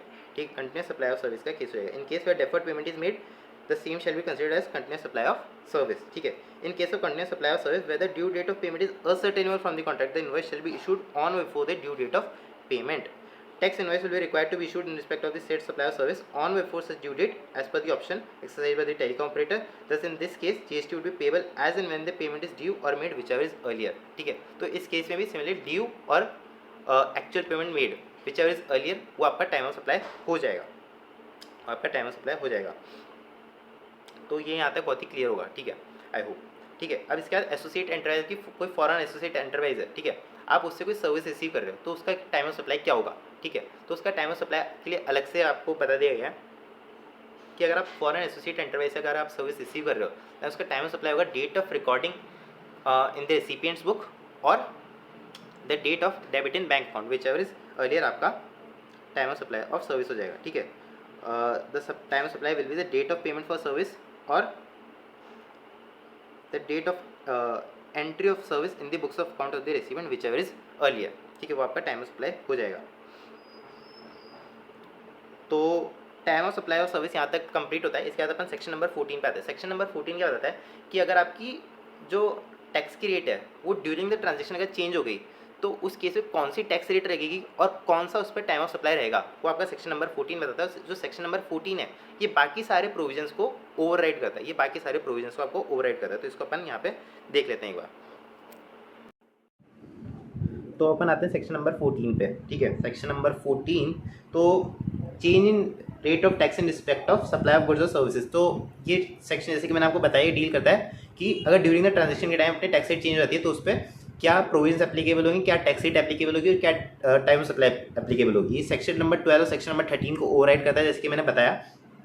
तो ये क्यों है, जैसे कि सपोज आपका एक ट्रांजेक्शन हुआ जिसमें आपने सप्लाई ऑफ गुड्स किया 1 अप्रैल को, आपकी पेमेंट की डेट थी 3 अप्रैल और जो आपने इनवॉइस इशू की वो करी 5 अप्रैल। अब ड्यूरिंग दोज 5 डेज आपकी जो टैक्स रेट वो चेंज होगी। अब आप टैक्स रेट कौन सी लगाओगे, पहले वाली लगाओगे या बाद वाली लगाओगे, टाइम ऑफ सप्लाई कौन सा रखोगे, ये आपका सेक्शन नंबर 14 बताता है। ठीक है, तो सेक्शन नंबर 14 वैसे तो बहुत ही ईजी और सब लोगों को ना इसके कॉन्सेप्ट भी समझ आ जाते हैं, लेकिन इसको कैसे याद रखना है वो लोगों के लिए थोड़ा सा डिफिकल्ट पड़ता है। ठीक है, क्योंकि कई बार क्या होता है कि अपन इस तरीके से याद करते हैं कि ये याद करना बहुत डिफिकल्ट हो जाता है क्योंकि इसमें कॉन्सेप्ट बहुत सारे इन्वॉल्व हैं। एक्चुअली छोटा कॉन्सेप्ट है बट डिफिकल्ट टू लर्न है। तो आज अपन सीखेंगे कि ऐसा तरीका जिससे कि अपन इसे इस तरीके से समझ पाएँ जिससे कि अपन इसे भूलेंगे नहीं। ठीक है, ऐसा अपन तरीके से सीखेंगे इसे। तो चलिए चलते हैं।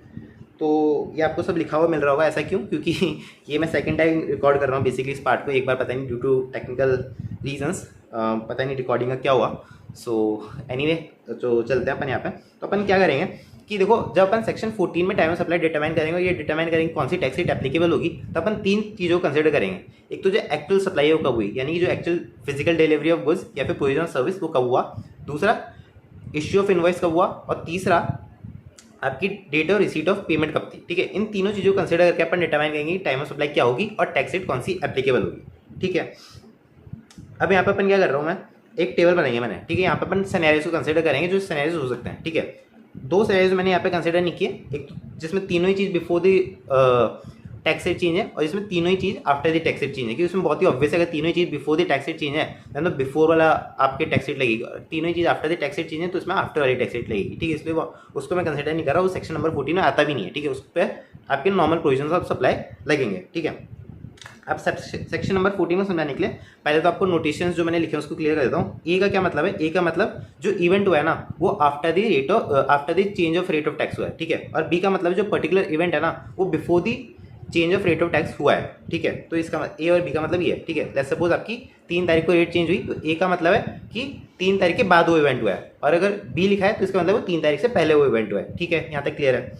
अब इसके मैंने 6 सिनेरियो बनाए, 6 पॉसिबल सिनेरियोज इसमें बनता है। ठीक है, तो डिलीवरी ऑफ गुड्स और provision of service column number 1, ठीक है, यानी कि किस दिन आपके गुड्स डिलीवरी या किस दिन आपकी जो सर्विस वो एक्चुअल में प्रोवाइड की गई, ठीक है। दूसरा कॉलम है इश्यू ऑफ इनवॉइस, किस दिन आपके एक्चुअल में इश्यू ऑफ इनवॉइस हुई। और तीसरा रिसीट ऑफ पेमेंट, किस दिन आपका रिसीट ऑफ पेमेंट हुआ। रिसीट ऑफ पेमेंट भी अपना नॉर्मल प्रोविजन से आता है, जो अपने बैंक अकाउंट में जब क्रेडिट हुआ या फिर बुक्स में जो एंट्री विचएवर इज अर्लियर उसको अपन रिसीट ऑफ पेमेंट मानते हैं, ठीक है।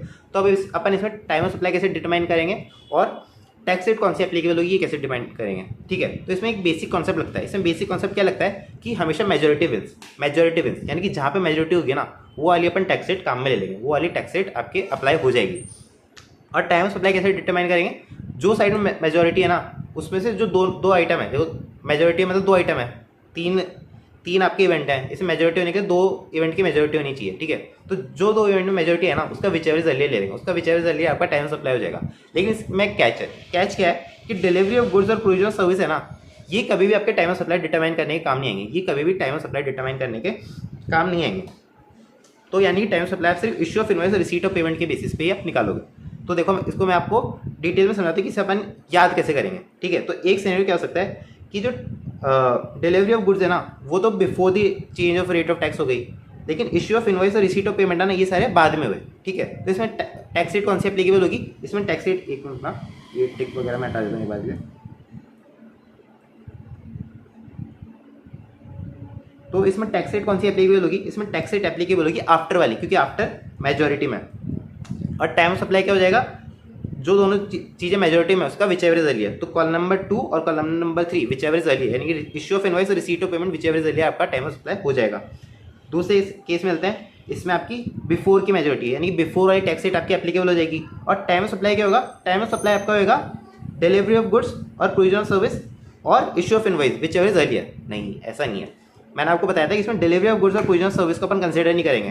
तो इसमें बी में आपके 2 इवेंट आ रहे हैं, कॉलम नंबर 1 और कॉलम नंबर 2, लेकिन कॉलम नंबर 1 को तो अपन कंसिडर नहीं करेंगे टाइम ऑफ सप्लाई के लिए। तो कॉलम नंबर 2 आपकी टाइम ऑफ सप्लाई हो जाएगी। आई होप क्लियर है, ठीक है। एक बार समझने में हो सकता है थोड़ा डिफिकल्ट लगे, बट एक बार आप कॉन्सेप्ट समझ गए ना, एक बार आप समझ गए किस तरीके से अपन इसे याद कर रहे हैं, तो ये आपके लिए बहुत ईजी और हमेशा इसको आप याद रख पाओगे, ठीक है। अब अपन आते हैं तीसरे वाले सिनेरियो में। तीसरे वाले सिनेरियो में बिफोर की मेजोरिटी यानी बिफोर वाली टैक्स रेट लग जाएगी और टाइम ऑफ सप्लाई आपका क्या होगा, कॉलम नंबर 2 और column number 3 whichever is earlier, ये आपका टाइम ऑफ सप्लाई हो जाएगा। चौथा सिनेरियो पे आते हैं, इसमें ए की मेजोरिटी यानी कि आफ्टर वाली टैक्स रेट लग जाएगी और टाइम ऑफ सप्लाई क्या हो जाएगा, कॉलम नंबर 2 यानी कि इश्यू ऑफ इनवॉइस आपका टाइम ऑफ सप्लाई हो जाएगा। आई hope I am very clear, क्योंकि कॉलम नंबर 1 को अपन कंसिडर नहीं कर रहे। इसके बाद अपन आते हैं फिफ्थ सिनेरियो पे। फिफ्थ सिनेरियो में बी की इसमें आपकी ए की मेजोरिटी है, ठीक है। तो आपकी टाइम ऑफ सप्लाई क्या हो जाएगी, ए वाली टाइम ऑफ सप्लाई आपकी हो जाएगी आफ्टर वाली, ठीक है। और आपकी टैक्स रेट एप्लीकेबल हो जाएगी आफ्टर वाली। और टाइम ऑफ सप्लाई क्या हो जाएगी, टाइम ऑफ सप्लाई हो जाएगी कॉलम नंबर 3, क्योंकि कॉलम नंबर 1 को अपन कंसिडर ही नहीं कर रहे हैं, ठीक है। तो कॉलम नंबर 3 यानी कि आपकी रिसीट ऑफ पेमेंट जिस दिन है वो आपका टाइम ऑफ सप्लाई हो जाएगा। और इसके अलावा अगर आपका बी मेजोरिटी आ रहा है, सिनेरियो नंबर 6 में, तो फिर आपकी टाइम सप्लाई हो जाएगी कॉलम नंबर 3 यानी कि receipt of payment. I hope I am very much clear in this, ठीक है। तो ये आपका सेक्शन नंबर 14 का बेसिक कॉन्सेप्ट था, ठीक है। आई होप ये आपको बहुत ज़्यादा क्लियर है। अगर क्लियर नहीं है तो एक बार डाउट पूछ लेना कमेंट्स में, क्योंकि है ना ये वैसे कॉन्सेप्ट डिफिकल्ट नहीं है, लेकिन to learn it is difficult, ठीक है। तो अगर आपको एक बार कॉन्सेप्ट यानी कि तरीका समझ में आएगा ना कैसे अपन इसको लर्न करेंगे, तो इट इज़ वेरी इजी, ठीक है। तो it can be seen from the study of the above provisions that the timing of 2 out of the 3 markers, that is supply, invoice and payment, determines the time of supply। ये मैंने आपको detail में भी समझाया। हाँ, इसमें एक और चीज़ है कि अगर देखो नॉर्मली अपन डेट और रिसीट ऑफ पेमेंट क्या मानते हैं, नॉर्मली अपन डेट और रिसीट ऑफ पेमेंट मानते हैं एंट्री इन बुक्स और credit in bank whichever is earlier.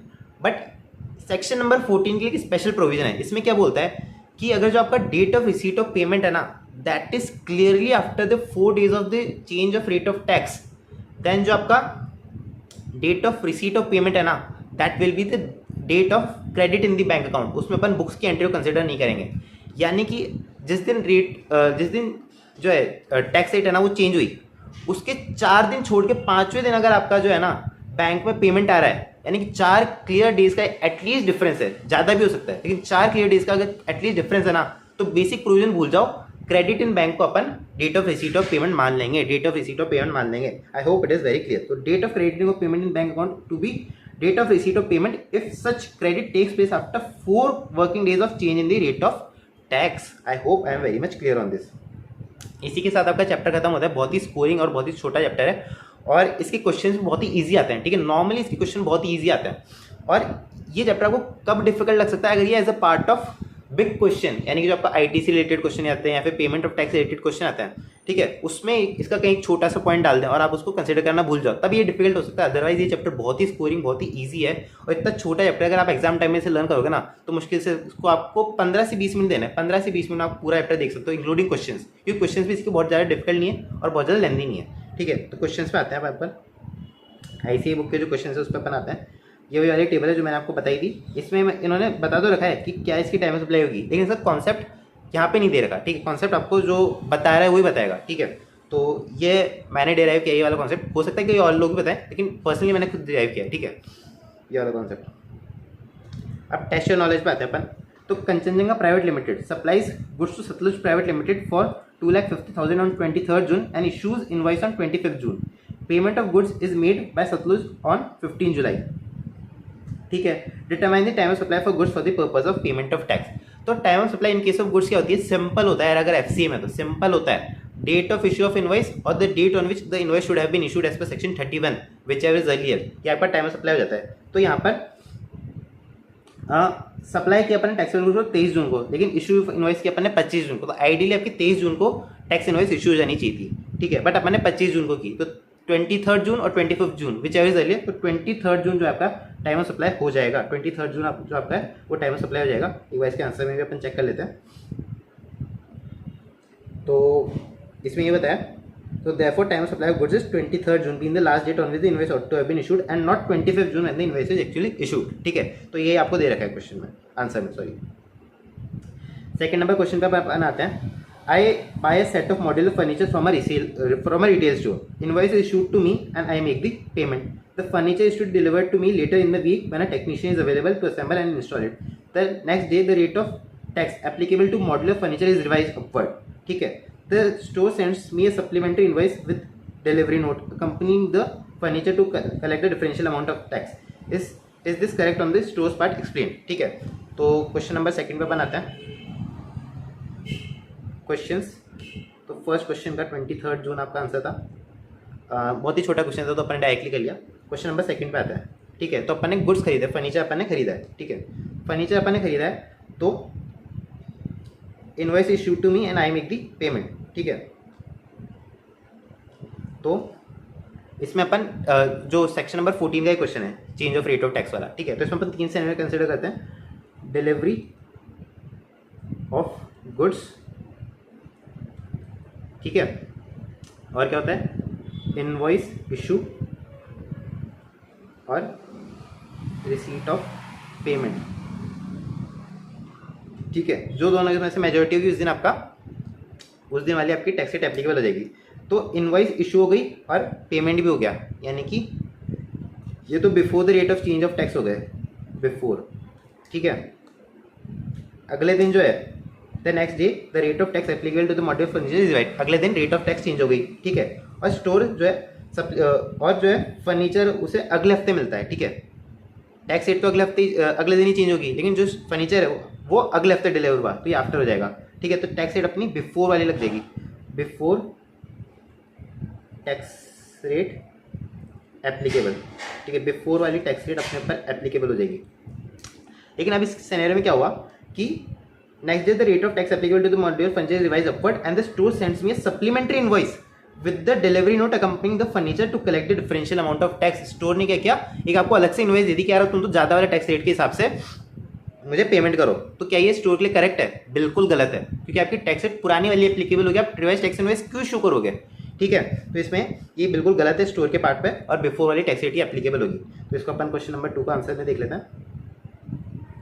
तो as issuance of invoice and receipt of payment occur before the change of rate in tax, the time of supply of service by the online portal is earlier of the date of issuance of invoice or date of receipt of payment. This would be third question पे अपन आ गए, sorry, ठीक है। Second number question पे आते हैं। No the store is not correct in issuing the supplementary invoice, the revise tax rate is not applicable as the issue of invoice as well as the receipt of payment occurred before the supply, ठीक है। तो यही आपके question number second के answer में दे रखा है, ठीक है। अब थर्ड नंबर क्वेश्चन पे आ जाते हैं, जिसका आंसर अपन ने अभी गलती से पढ़ लिया था, बट ठीक है कोई बात नहीं। तो इसमें अपन को टाइम ऑफ सप्लाई डिटरमाइन करनी है सर्विस के केस में, ठीक है। As an online portal best info raises invoice for database access on 21 February on Royal Mansell Limited. The payment is made by the Royal Mansell Limited by a demand draft sent on 25th January. 25th January को payment हुआ और 21st February को invoice issue हुई, ठीक है। Which received and enter in the books of account of Best Info on 20th February. 20th February को payment receipt हुआ और बुक्स ऑफ अकाउंट्स में एंट्री हुई, ठीक है। तो रिसीट की अपन डेट अपने लिए रेलिवेंट रखी है। Best Info encashes the demand draft and then thereafter gives access to the database to Royal Mansal from 3rd March. 3rd March को आपकी प्रोविजन ऑफ सर्विस हुई। In the mean while the rate of tax is change from 1st March. 1st March को आपकी tax rate change हुई। तो again ये section number 14 का question है। तो देखो इसमें अपन देखते हैं change of tax rate. Change of tax rate किस तारीख को हुआ है? आई थिंक 1st March को है, बट फिर भी कंफर्म कर लेते हैं। हाँ, तो 1st March को जो है आपका टैक्स रेट चेंज हो गया, ठीक है। अब इसमें वही 3 सिनेरियो बनाते हैं अपन।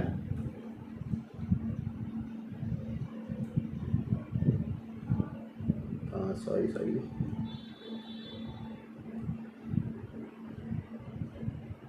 क्या हो रहा है?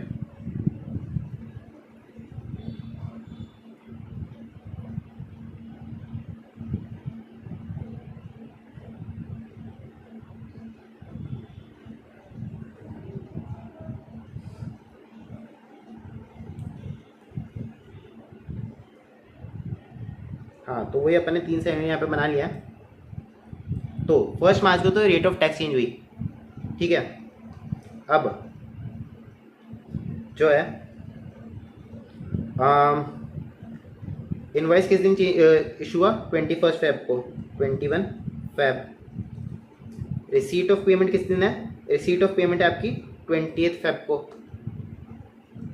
28 Feb, ठीक है। ये भी बिफोर है, ये भी बिफोर है, ठीक है। डिलीवरी ऑफ गुड्स कब की आपकी? डिलीवरी ऑफ गुड्स है 3rd March की, यानी कि प्रोविजनल सर्विस, ठीक है। 3rd March, ये आफ्टर है, ठीक है। तो टैक्स रेट कौन सी एप्लीकेबल होगी? बिफोर वाली टैक्स रेट, बिफोर वाली एप्लीकेबल होगी, ठीक है। और टाइम ऑफ सप्लाई कब हो जाएगा? टाइम ऑफ सप्लाई इन दोनों में से जो अर्लियर होगा वो हो जाएगा, ठीक है। तो टाइम ऑफ सप्लाई आपका हो जाएगा 21 February, ठीक है। तो इसके आंसर को अपन देख लेते हैं। वैसे तो अपन एक्चुअली देख चुके हैं इसका आंसर एक बार पहले भी, बट फिर भी क्वेश्चन पढ़ने के बाद देखते हैं, तभी अपने समझ में आएगा, ठीक है। तो issuance of invoice, receipt of payment occurred before the rate of change in tax and the time of supply by the service online portal is earlier the date of issue of invoice 21st Feb और 28th February, that is 21st February। This should be so even though the service commences after the change in date of tax. 21st February आपकी time of supply हो जाएगी, यहाँ पे यही बताया गया है। क्वेश्चन नंबर 4 पे आते जल्दी से। तो आई होप यहाँ तक सबको क्लियर है। अगर कोई भी डाउट है तो आप जो कमेंट सेक्शन में पूछ सकते हैं, बट आई होप यहाँ तक सबको क्लियर होगा, ठीक है। Trust industries private limited has entered into contract with VST limited to supply gas by pipeline to VST limited for a period of 1 year. 1 साल तक की पाइपलाइन से गैस सप्लाई करेगा VST लिमिटेड को, ठीक है। As per the terms of the contract, terms of the contract क्या है? VST limited shall make monthly payments and the payments of the month shall be made by the 7th of next month. 7 तारीख तक आपको payment कर देना है, ठीक है। अगले मंथ की मंथली पेमेंट करना है। हर क्वार्टर में ट्रस्ट इंडस्ट्री लिमिटेड इशू करेगी एक statement of account showing the quantity and value of goods dispatch and payment received and payment due, ठीक है। तो उसकी एक आपको स्टेटमेंट इशू करेगी हर मंथ के हर क्वार्टर में, ठीक है। And the differential amount of any as mentioned in the statement of account shall be paid by the VST limited, ठीक है। The details of the various events are August, देखो जो quarter है अगस्त सितंबर अक्टूबर वाला क्वार्टर है इसमें, ठीक है। तो अगस्त 5, सितंबर 5 और सितंबर 6, इन तीनों दिन आपका पेमेंट हुआ 2-2 लाख रुपए का 3 महीने के लिए, ठीक है। हर महीने में 2 लाख का पेमेंट हुआ।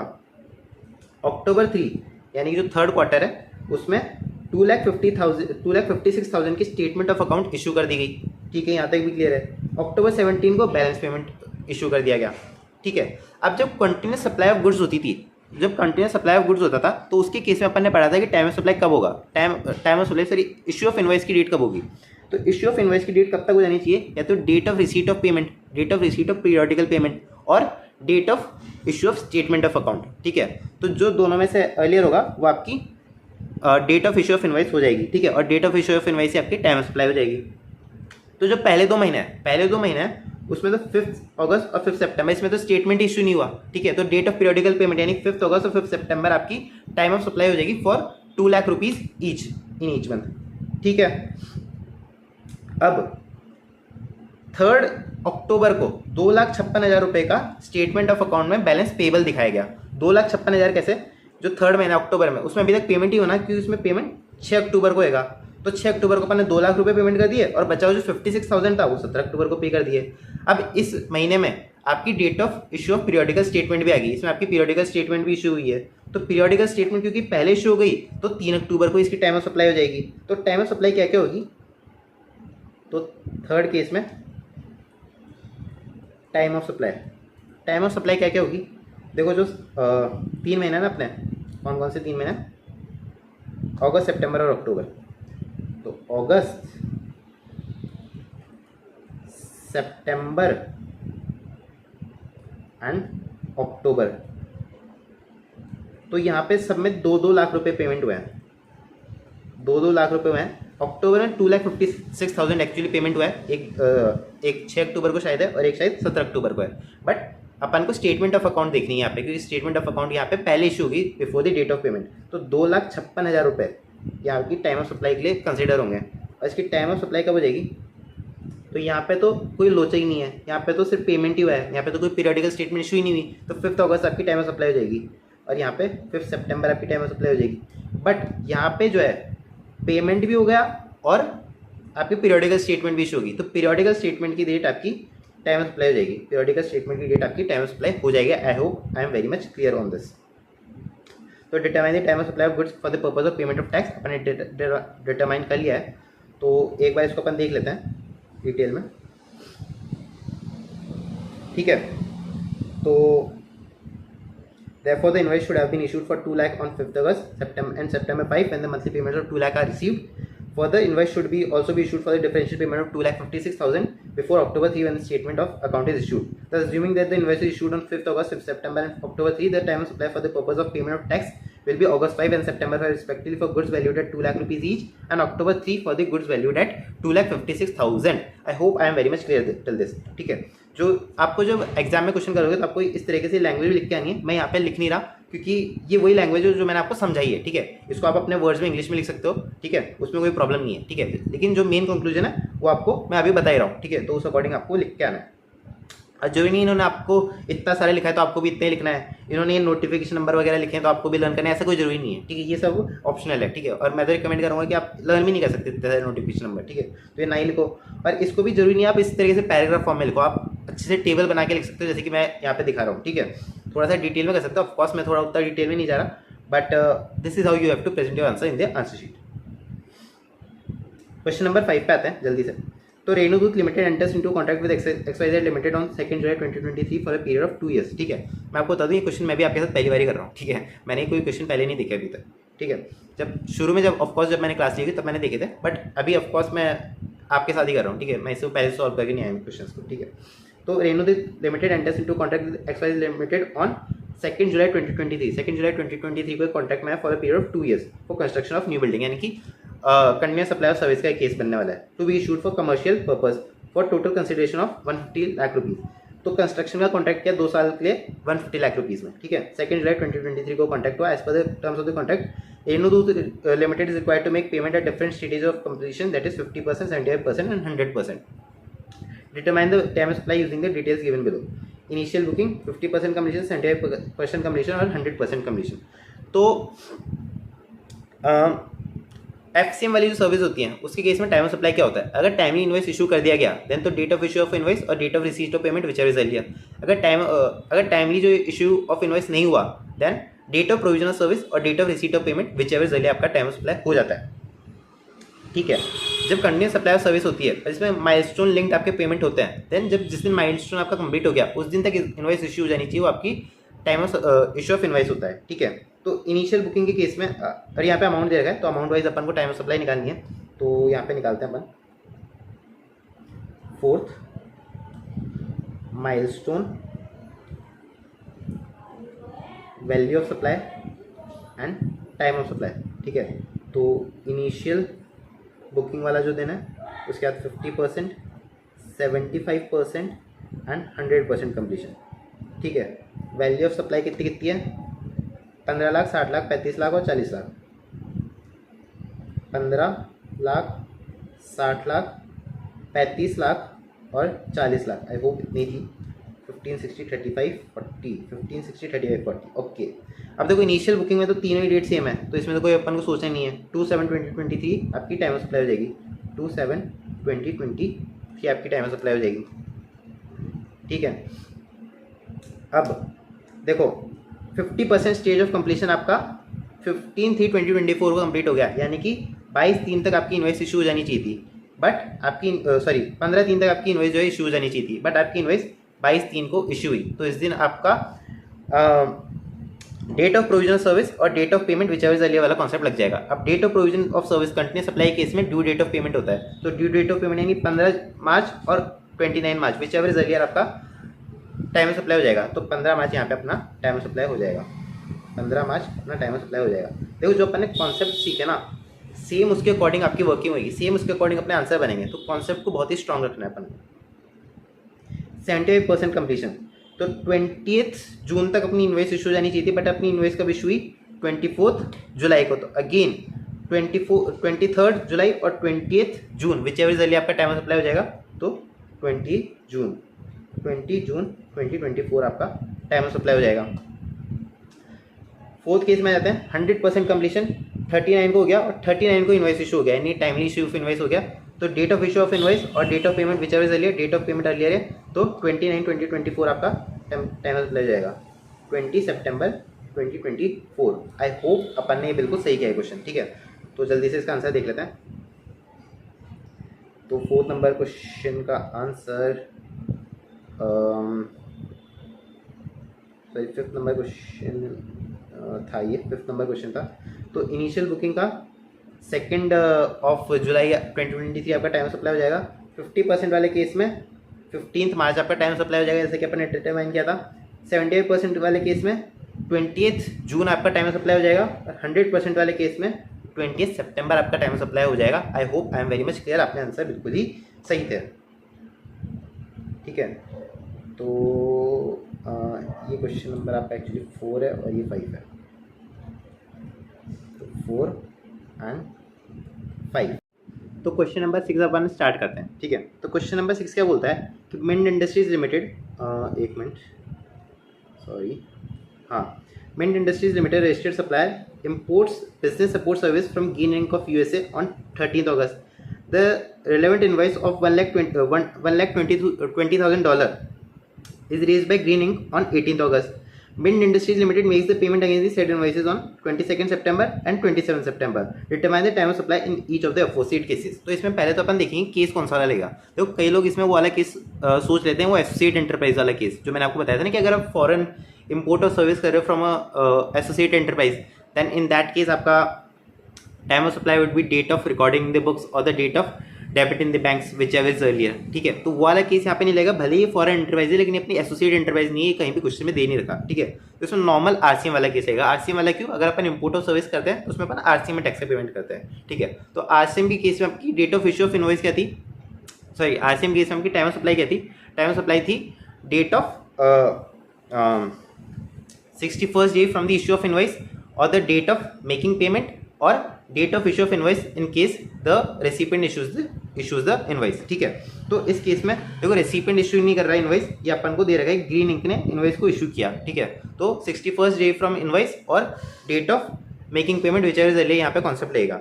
ठीक है, अब 18 अगस्त, तो यहाँ पे आ जाता है, एक सेकेंड, क्वेश्चन नंबर 6। ठीक है, तो क्वेश्चन नंबर 6 पे आते हैं, ये क्या है?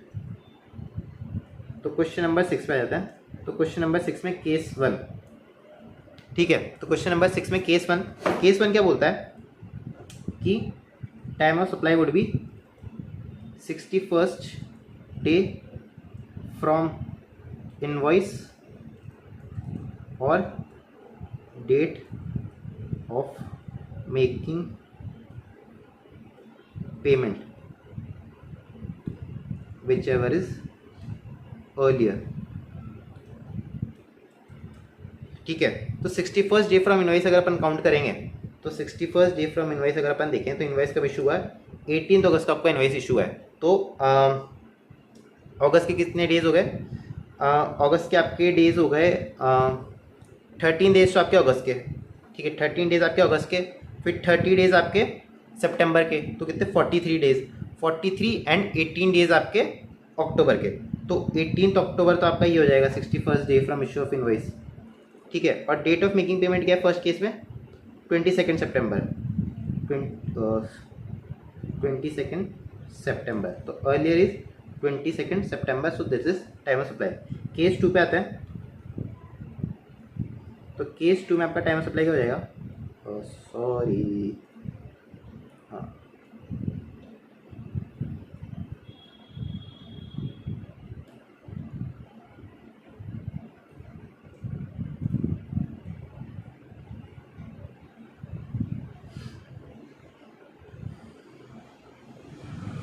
केस 2 में आपका टाइम ऑफ सप्लाई क्या हो जाएगा, तो देखो 61st day from the issue of invoice तो सेम रहेगा 18 अक्टूबर। डेट ऑफ मेकिंग पेमेंट यहाँ पे क्या हो जाएगा, डेट ऑफ मेकिंग पेमेंट यहाँ पे हो जाएगा आपका 27 दिसंबर, 27 दिसंबर। सो अर्लियर क्या है 18 अक्टूबर, तो ये आपका टाइम ऑफ सप्लाई हो जाएगा यहाँ पे 18 अक्टूबर आपका टाइम ऑफ सप्लाई हो जाएगा। एक बार से क्रॉस चेक कर लेते हैं अपना आंसर से।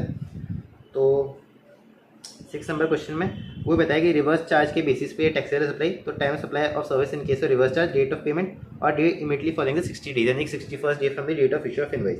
तो केस 1 में तो आपका 22 सितंबर हो जाएगा, केस 2 में आपका 18 अक्टूबर हो जाएगा जैसे कि मैंने आपको बताया। तो अब आते हैं क्वेश्चन नंबर 7 पे। क्वेश्चन नंबर 7 क्या बोलता है, क्वेश्चन नंबर 7 बोलता है Kothari limited Mumbai holds 51% of shares of Wilson inc in USA based company, ठीक है। तो ये एसोसिएट एंटरप्राइज वाला केस है, अपन फॉरेन कंपनी का 51% शेयर होल्ड करें यानी कि वो अपनी एसोसिएट एंटरप्राइज है, ठीक है, यानी कि सब्सिडरी भी बोल सकते हैं। Wilson company provide business auxiliary service to Kothari limited from the following details determine the time of supply of service provided by Wilson Inc, ठीक है। तो date of time of supply क्या होगा, date of entry in the books और date of debit in the banks whichever is earlier, ठीक है। तो date on which is payment is made by the Kothari limited 23 December, date of debit in books of account 30 सितंबर। ये दोनों चीज़ अपने relevant है। Date on which service are provided ये बिल्कुल भी रिलेवेंट नहीं है, date on which invoice issued ये भी बिल्कुल भी रिलेवेंट नहीं है इस केस में, ठीक है। तो विच एवर इज अर्ली आपका टाइम ऑफ सप्लाई हो जाएगा, तो विच एवर इज अर्ली आपका 30 सितंबर हो रहा है। तो क्वेश्चन नंबर 7 में time of supply shall be 30 सितंबर। लेट्स क्रॉस चेक, ठीक, क्रॉस चेक अपन इसे कर लेते हैं। वैसे तो इजी सा क्वेश्चन था, तो वो सब बता रखा है, और क्वेश्चन नंबर 7 था आई थिंक, ठीक है। तो 30 सितंबर अपना टाइम ऑफ सप्लाई यहाँ पे हो गया है, 30 सितंबर अपना टाइम ऑफ सप्लाई यहाँ पे हो गया है। क्वेश्चन नंबर 8 पे अपन आ जाते हैं जल्दी से। तो क्वेश्चन नंबर 8 क्या बोलता है, क्वेश्चन नंबर 8 बोलता है basic on the basis of the following information determine the time of supply. Time of supply depend करेंगे अपन को on the basis of the following information. ये वो सेक्शन नंबर 14 वाला क्वेश्चन है, date of change of rate of tax वाला, ठीक है। तो इसमें अपन को उस तरीके से वर्किंग करनी है, ठीक है। तो क्वेश्चन नंबर 8 पे आ जाता है। तो डिलीवरी ऑफ गुड्स वही अपन टेबल बना देते हैं, invoice issue and payment recede, ठीक है। और चेंज ऑफ रेट ये किस दिन हुआ, चेंज ऑफ रेट अपना हुआ है 16 अक्टूबर को, 16 अक्टूबर का अपना चेंज ऑफ रेट हुआ है, ठीक है। अब कमेंसमेंट ऑफ सर्विस इससे अपन को भी मतलब ही नहीं है। कंप्लीशन ऑफ सर्विस यानी कि date of provision of service 10 अक्टूबर आ जाएगी। इनवॉइस कब इशू हुई 20 अक्टूबर, एक बार इसे नोट डाउन कर लेते हैं। तो 10 अक्टूबर और ये 20 अक्टूबर। अब पेमेंट किस दिन रिसीव हुआ, payment receive by cheque entered in the books of account 15 अक्टूबर, credited in bank whichever is earlier 15 अक्टूबर। इसमें आपका 4 डे जो क्लियर वर्किंग डेज वाला जो गैप वाला जो कॉन्सेप्ट था कि अगर rate of change of rate of tax और जो payment received in bank accounts में 4 दिन का क्लियर गैप है, तो फिर जो आपका date of receipt of payment है that would be the credit in the bank account. वो वाला कॉन्सेप्ट यहाँ पे नहीं रहेगा कि 16 अक्टूबर को rate of change of rate of tax हुई और 18 अक्टूबर को पेमेंट आ गई, यानी कि 4 दिन का तो डिफरेंस ही नहीं था, ठीक है। तो उसमें नॉर्मल कॉन्सेप्ट रहेगा 15 अक्टूबर और 18 अक्टूबर विच एवर इज अर्लियर, तो 15 अक्टूबर आपकी पेमेंट रिसीव डेट हो जाएगी, ठीक है। अब 16 अक्टूबर को अपनी चेंज हुई रेट ऑफ टैक्स, ठीक है। तो ये आपका बिफोर हो गया, ये आपका बिफोर हो गया, ये आपका आफ्टर हो गया, ठीक है। तो 2 चीज़ें बिफोर हो गई यानी कि बिफोर वाली टैक्स रेट एप्लीकेबल होगी, और टाइम ऑफ सप्लाई क्या हो जाएगी इसमें, पेमेंट रिसीट वाली डेट, क्योंकि डिलीवरी ऑफ गुड्स वाली डेट को अपन कंसिडर ही नहीं करते। तो time of supply would B 15 अक्टूबर। ठीक है, आई होप यहाँ तक बहुत ही ज़्यादा क्लियर होगा। तो 15 अक्टूबर अपनी टाइम ऑफ सप्लाई हो जाएगी। एक बार इसे अपन देख लेते हैं यहाँ पे भी। तो question number 8, therefore the date of receipt of payment is 15th October, being the date of entry in the books, which is earlier than the date of credit of bank. ठीक है, therefore applying the provision of 14A3 to the given case, the time of supply is 15th October। ये पूरा theory यहाँ पे लिखा है, जो कि आपको भी लिख के आना है। जरूरी नहीं इतना डिटेल में लिखो, लेकिन अपनी लैंग्वेज में इंग्लिश में आपको लिख के आना होता है ये। ठीक है, उसके बिना मार्क्स नहीं मिलेंगे, भले आप करेक्ट आंसर लिख दो। 9 नंबर क्वेश्चन पे आते हैं। 9 नंबर क्वेश्चन क्या बोलता है? KLM Limited, a publishing and printing house registered in Maharashtra, is engaged in the supply of books, letter cards, envelopes, guides and reference material. The following information is provided: printing of books and printing of envelopes। इसमें आपका जो chapter number 1 है supply under GST, उसका concept लग रहा है। तो ये थोड़ा सा अच्छा क्वेश्चन है। ठीक है, वो अगर आपको याद नहीं होगा तो ये आप क्वेश्चन गलत कराओगे। ठीक है, अपने सप्लाई अंडर जीएसटी में डिटेल में पढ़ा था। अगर आपने नहीं देखा तो मेरा सप्लाई अंडर जीएसटी वाला वीडियो देख सकते हो। तो उसमें अपन ने क्या पढ़ा था कि प्रिंटिंग ऑफ बुक्स होगी ना, सर्कुलर है तो उसके अकॉर्डिंग प्रिंटिंग ऑफ बुक्स होगी ना, तो ये सप्लाई ऑफ गुड्स होती है, सॉरी सप्लाई ऑफ सर्विसेज होती है। ठीक है, यहाँ पे प्रिंटिंग की अपन सर्विस ले रहे हैं ऐसा अपन मान लेते हैं। और प्रिंटिंग ऑफ एनवलप्स होता है ना, ये सप्लाई ऑफ गुड्स होता है। इसमें अपन नहीं मान लेते कि पेपर जो है एनवलप का जो पेपर है वो रिसीवर है, तो सप्लाई ऑफ गुड्स है। ठीक है, तो उस अकॉर्डिंग यहाँ पे वर्किंग होगी। ठीक है, तो ये अपन को डेटा दे रखा है। In respect of printing of books, content was supplied by the author for printing of envelopes, the design logo was supplied by the buyer. ठीक है, रिलेवेंट लाइन से determine the time of supplies for the purpose of payment of tax. Time of supply अपन को determine करनी है। तो 1 bye 1 चलते हैं। पहले अपन बुक्स के केस में आते हैं। ठीक है, तो 9 नंबर क्वेश्चन है, तो बुक्स के केस में आता है। तो देखो बुक्स की केस में सिंपल है कि जिस दिन इनवॉइस इशू जानी चाहिए थी या फिर जिस दिन इनवॉइस इशू हुई वो आपकी टाइम सप्लाई होगी। ठीक है, तो इनवॉइस कब इशू हुई आपकी? इसमें इनवॉइस आपकी इशू हुई 15 मई को। और किस दिन इशू हो जानी चाहिए थी? जिस दिन रिमूवल ऑफ गुड्स हो गया। ठीक है, date of entering into printing contract irrelevant, date of receipt of advance irrelevant, date of completion of printing irrelevant, date of issue of invoice 15 मई अपन ने देख ही लिया, date of removal of books and letter heads to the buyer 13th में, and date of receipt of balance payment irrelevant. तो 13th मई तक अपनी इनवॉइस इशू हो जानी चाहिए थी, लेकिन इनवॉइस कब इशू हुई? 15th मई को। तो टाइम ऑफ सप्लाई क्या हो जाएगी अपनी? 13th मई। यस, अब अपन आते हैं एनवलप्स के केस पे। सॉरी यहाँ पर अपन थोड़ा सा उल्टा कर दिया। बुक्स के केस में जब प्रिंटिंग ऑफ सर्विस अपन ले रहे हैं ना, तो अपन को ये चीज़ अपन को एनवलप्स के केस में देखनी थी। तो 7 अप्रैल को अपनी इनवॉइस इशू हो जानी चाहिए थी और 10 अप्रैल को एक्चुअली, तो 7 अप्रैल जो है यहाँ पे टाइम ऑफ सप्लाई हो जाएगा। ठीक है, आई होप यहाँ पे क्लियर है। थोड़ा सा अपन ने मिस्टेक कर दिया था, बट हो जाता है, बट ज़रूरी है कि अपन को टाइमली समझ में आ गई कि अपन ने मिस्टेक कर दी। ठीक है, अब बुक्स के केस में देखते हैं। तो सर्विस है, तो सर्विस के केस में इनवॉइस अपन को देखना है एफसी वाली सर्विस है। ठीक है, पहली बात तो ठीक है, तो एफसी वाली सर्विस में इनवॉइस टाइमली इशू हुई कि नहीं हुई। ठीक है, पहले तो अपन ये देखेंगे। तो देखो date of completion of service अपनी है 10th अप्रैल, तो 30 दिन के अंदर अंदर इनवॉइस इशू हो जानी चाहिए थी। और इनवॉइस कब इशू हुई? 15 मई को, यानी कि टाइमली जो है इनवॉइस इशू नहीं हुई है। टाइमली इनवॉइस इशू नहीं हुई है। In that case time of supply would be date of provision of service और date of receipt of payment.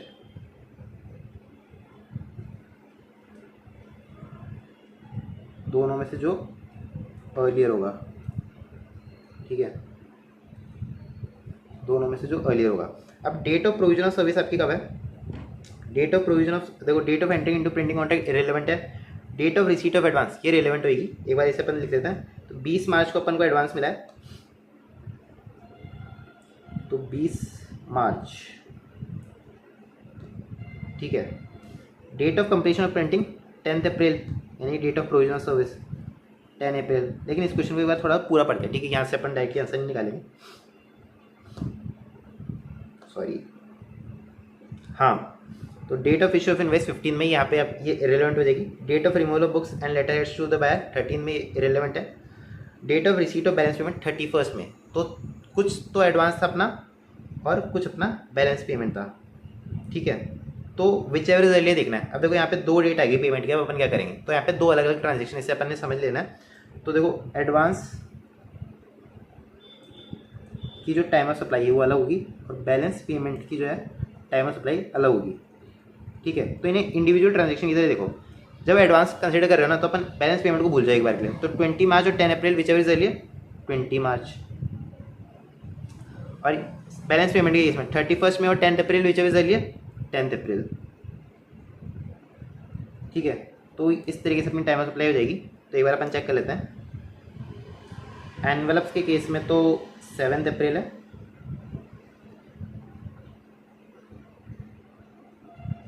ये वही बताया गया है कि सप्लाई ऑफ सर्विस होगी एक चीज़, और एक चीज़ आपकी सप्लाई ऑफ गुड्स होगी, ठीक है। ये वही आपको सप्लाई वाले चैप्टर में मैंने पढ़ाया था, उस अकॉर्डिंग ये है। तो therefore in the last date for invoice issue should have been issued 7 अप्रैल, time of supply for annual 7 अप्रैल, ये यहाँ पे क्लियर है। अब अगर अपन बुक्स के केस में आए तो बुक्स के केस में कहाँ पे दे रखा है, कहाँ पे दे रखा है, हाँ, इन case of time of supply of service, ठीक है। Time of supply of service ये प्रोविजन लिख रखा है, और वही देखा है कि इन्वेस्ट 30 दिन के अंदर इशू नहीं हुई। तो time of supply for the advance receipt is the 20 मार्च, 20 मार्च आपकी डेट ऑफ प्रोविजनल सर्विस हो जाएगी, और बैलेंस पेमेंट के लिए आपकी 10 अप्रैल बैलेंस पेमेंट के लिए आपकी 10 अप्रैल जो है टाइम ऑफ सप्लाई हो जाएगी। तो ये अपन ने यहाँ पे देख लिया। क्वेश्चन नंबर 10 पे अपन आते हैं। तो क्वेश्चन नंबर 10 क्या बोलता है? क्वेश्चन नंबर 10 यहाँ पे आ गया, ठीक है।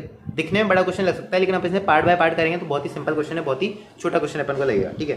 मैंने क्वेश्चन देखा नहीं of course, but on the basis of what ever I have seen in the GST, ठीक है, उसके बेसिस पे कह रहा हूँ कि कोई भी क्वेश्चन यहाँ पे बड़ा नहीं होता, यहाँ पे क्वेश्चन पार्ट्स में होते हैं, ठीक है। बस अपन को पार्ट्स में करना आना चाहिए उस क्वेश्चन को, ठीक है। NDs private limited registered supplier manufacture product A and B, दो प्रोडक्ट मैन्युफैक्चर करते हैं, ए और बी। ए फॉरवर्ड चार्ज में टैक्सेबल है, B taxable under reverse charge, ठीक है। गुड्स का केस है और फॉरवर्ड चार्ज का केस है एक, और एक रिवर्स चार्ज का केस है। The following details are provided in relation to individual supplies of product A and B, ठीक है। डिटरमाइन टाइम ऑफ सप्लाई, ठीक है। तो अपन देखो इसे इंडिविजुअल क्वेश्चन की तरह करते हैं, दो अलग अलग क्वेश्चन मान लेते हैं इसमें, एक प्रोडक्ट ए के लिए और एक प्रोडक्ट बी के लिए। क्वेश्चन नंबर 10, प्रोडक्ट ए, ठीक है, FCM, product A I think FCM में ही है। तो प्रोडक्ट ए हाँ एफसीएम वाला है, ठीक है। तो इस केस में टाइम ऑफ सप्लाई क्या हो जाएगी? टाइम ऑफ सप्लाई क्या हो जाएगी? Date of issue of invoice और the last date on which the invoice should have been issued. अब ए वाले पॉइंट देखेंगे अपन सिर्फ, ठीक है। Payment of 1 lakh made by the buyer for supply of A to B delivered, ये irrelevant point है। 13 रिसीट ऑफ 1 लाख, ठीक है, इररिलेवेंट पॉइंट अगेन।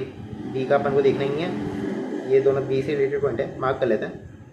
तो देखो ये दोनों ए से रिलेटेड पॉइंट है, ठीक है, ये बी से रिलेटेड पॉइंट है, ये बी से रिलेटेड पॉइंट है, ये ए से रिलेटेड पॉइंट है, ए से रिलेटेड पॉइंट है, बी से रिलेटेड पॉइंट है, बी से रिलेटेड पॉइंट है, ए बी ए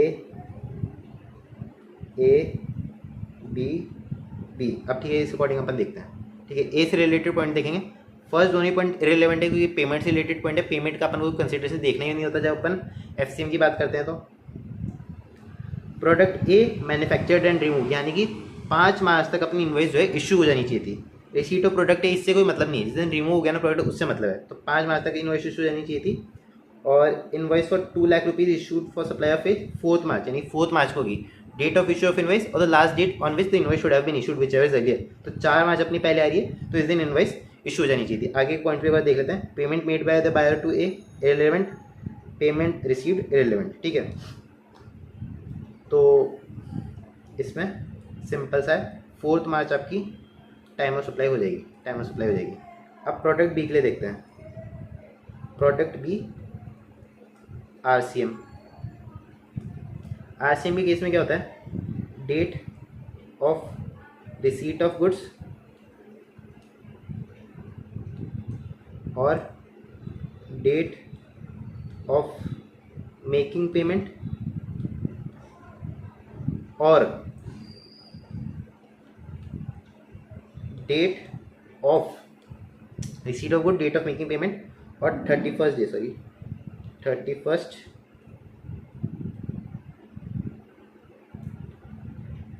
डे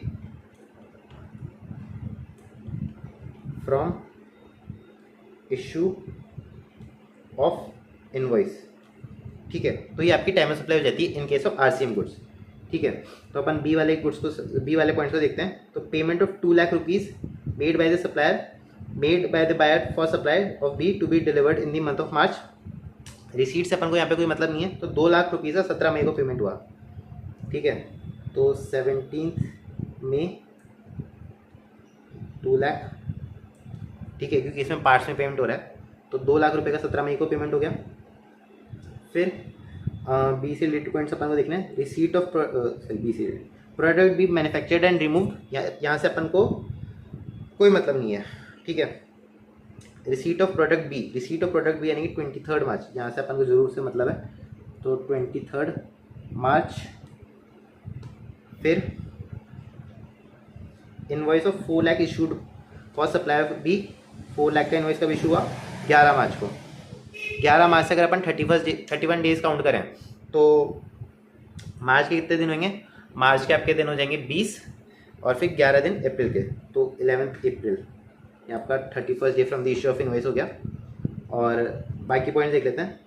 फिर payment made by the buyer of B, 1 April को पेमेंट वापस से आया जो 2 लाख रुपए का बैलेंस पेमेंट था, ठीक है। तो 1 अप्रैल 2 लाख, ठीक है। यहाँ पे थोड़ी सी मुझे लग रहा है अपन ने कुछ लिखने में मिस्टेक कर दी है।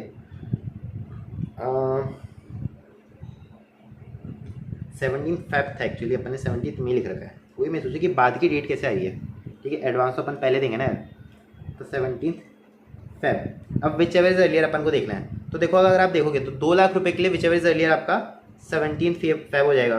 तो time of supply for advance for balance payment, ठीक है। तो एडवांस के लिए तो आपका 17 फरवरी हो जाएगा, और बचे हुए पेमेंट के लिए आप 17 फरवरी को भूल जाओ, 23 मार्च, 1 अप्रैल और 11 अप्रैल, तो 23 मार्च आपका टाइम ऑफ सप्लाई हो जाएगा बैलेंस पेमेंट के लिए। तो इसको अपन यहाँ पे आंसर में डिटेल में देख लेते हैं। तो क्वेश्चन नंबर 10 जो कि लास्ट क्वेश्चन था अपने यहाँ का, ठीक है, उसी के साथ ये वीडियो भी खत्म हो जाएगा।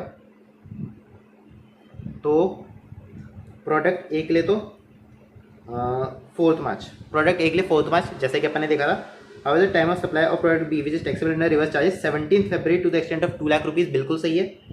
As advance being the earliest of the 3 stipulated dates and for the balance 2 lakh rupees the date of supply for product B is 23 March. I hope अपना भी यही था, बिल्कुल अपना भी यही था।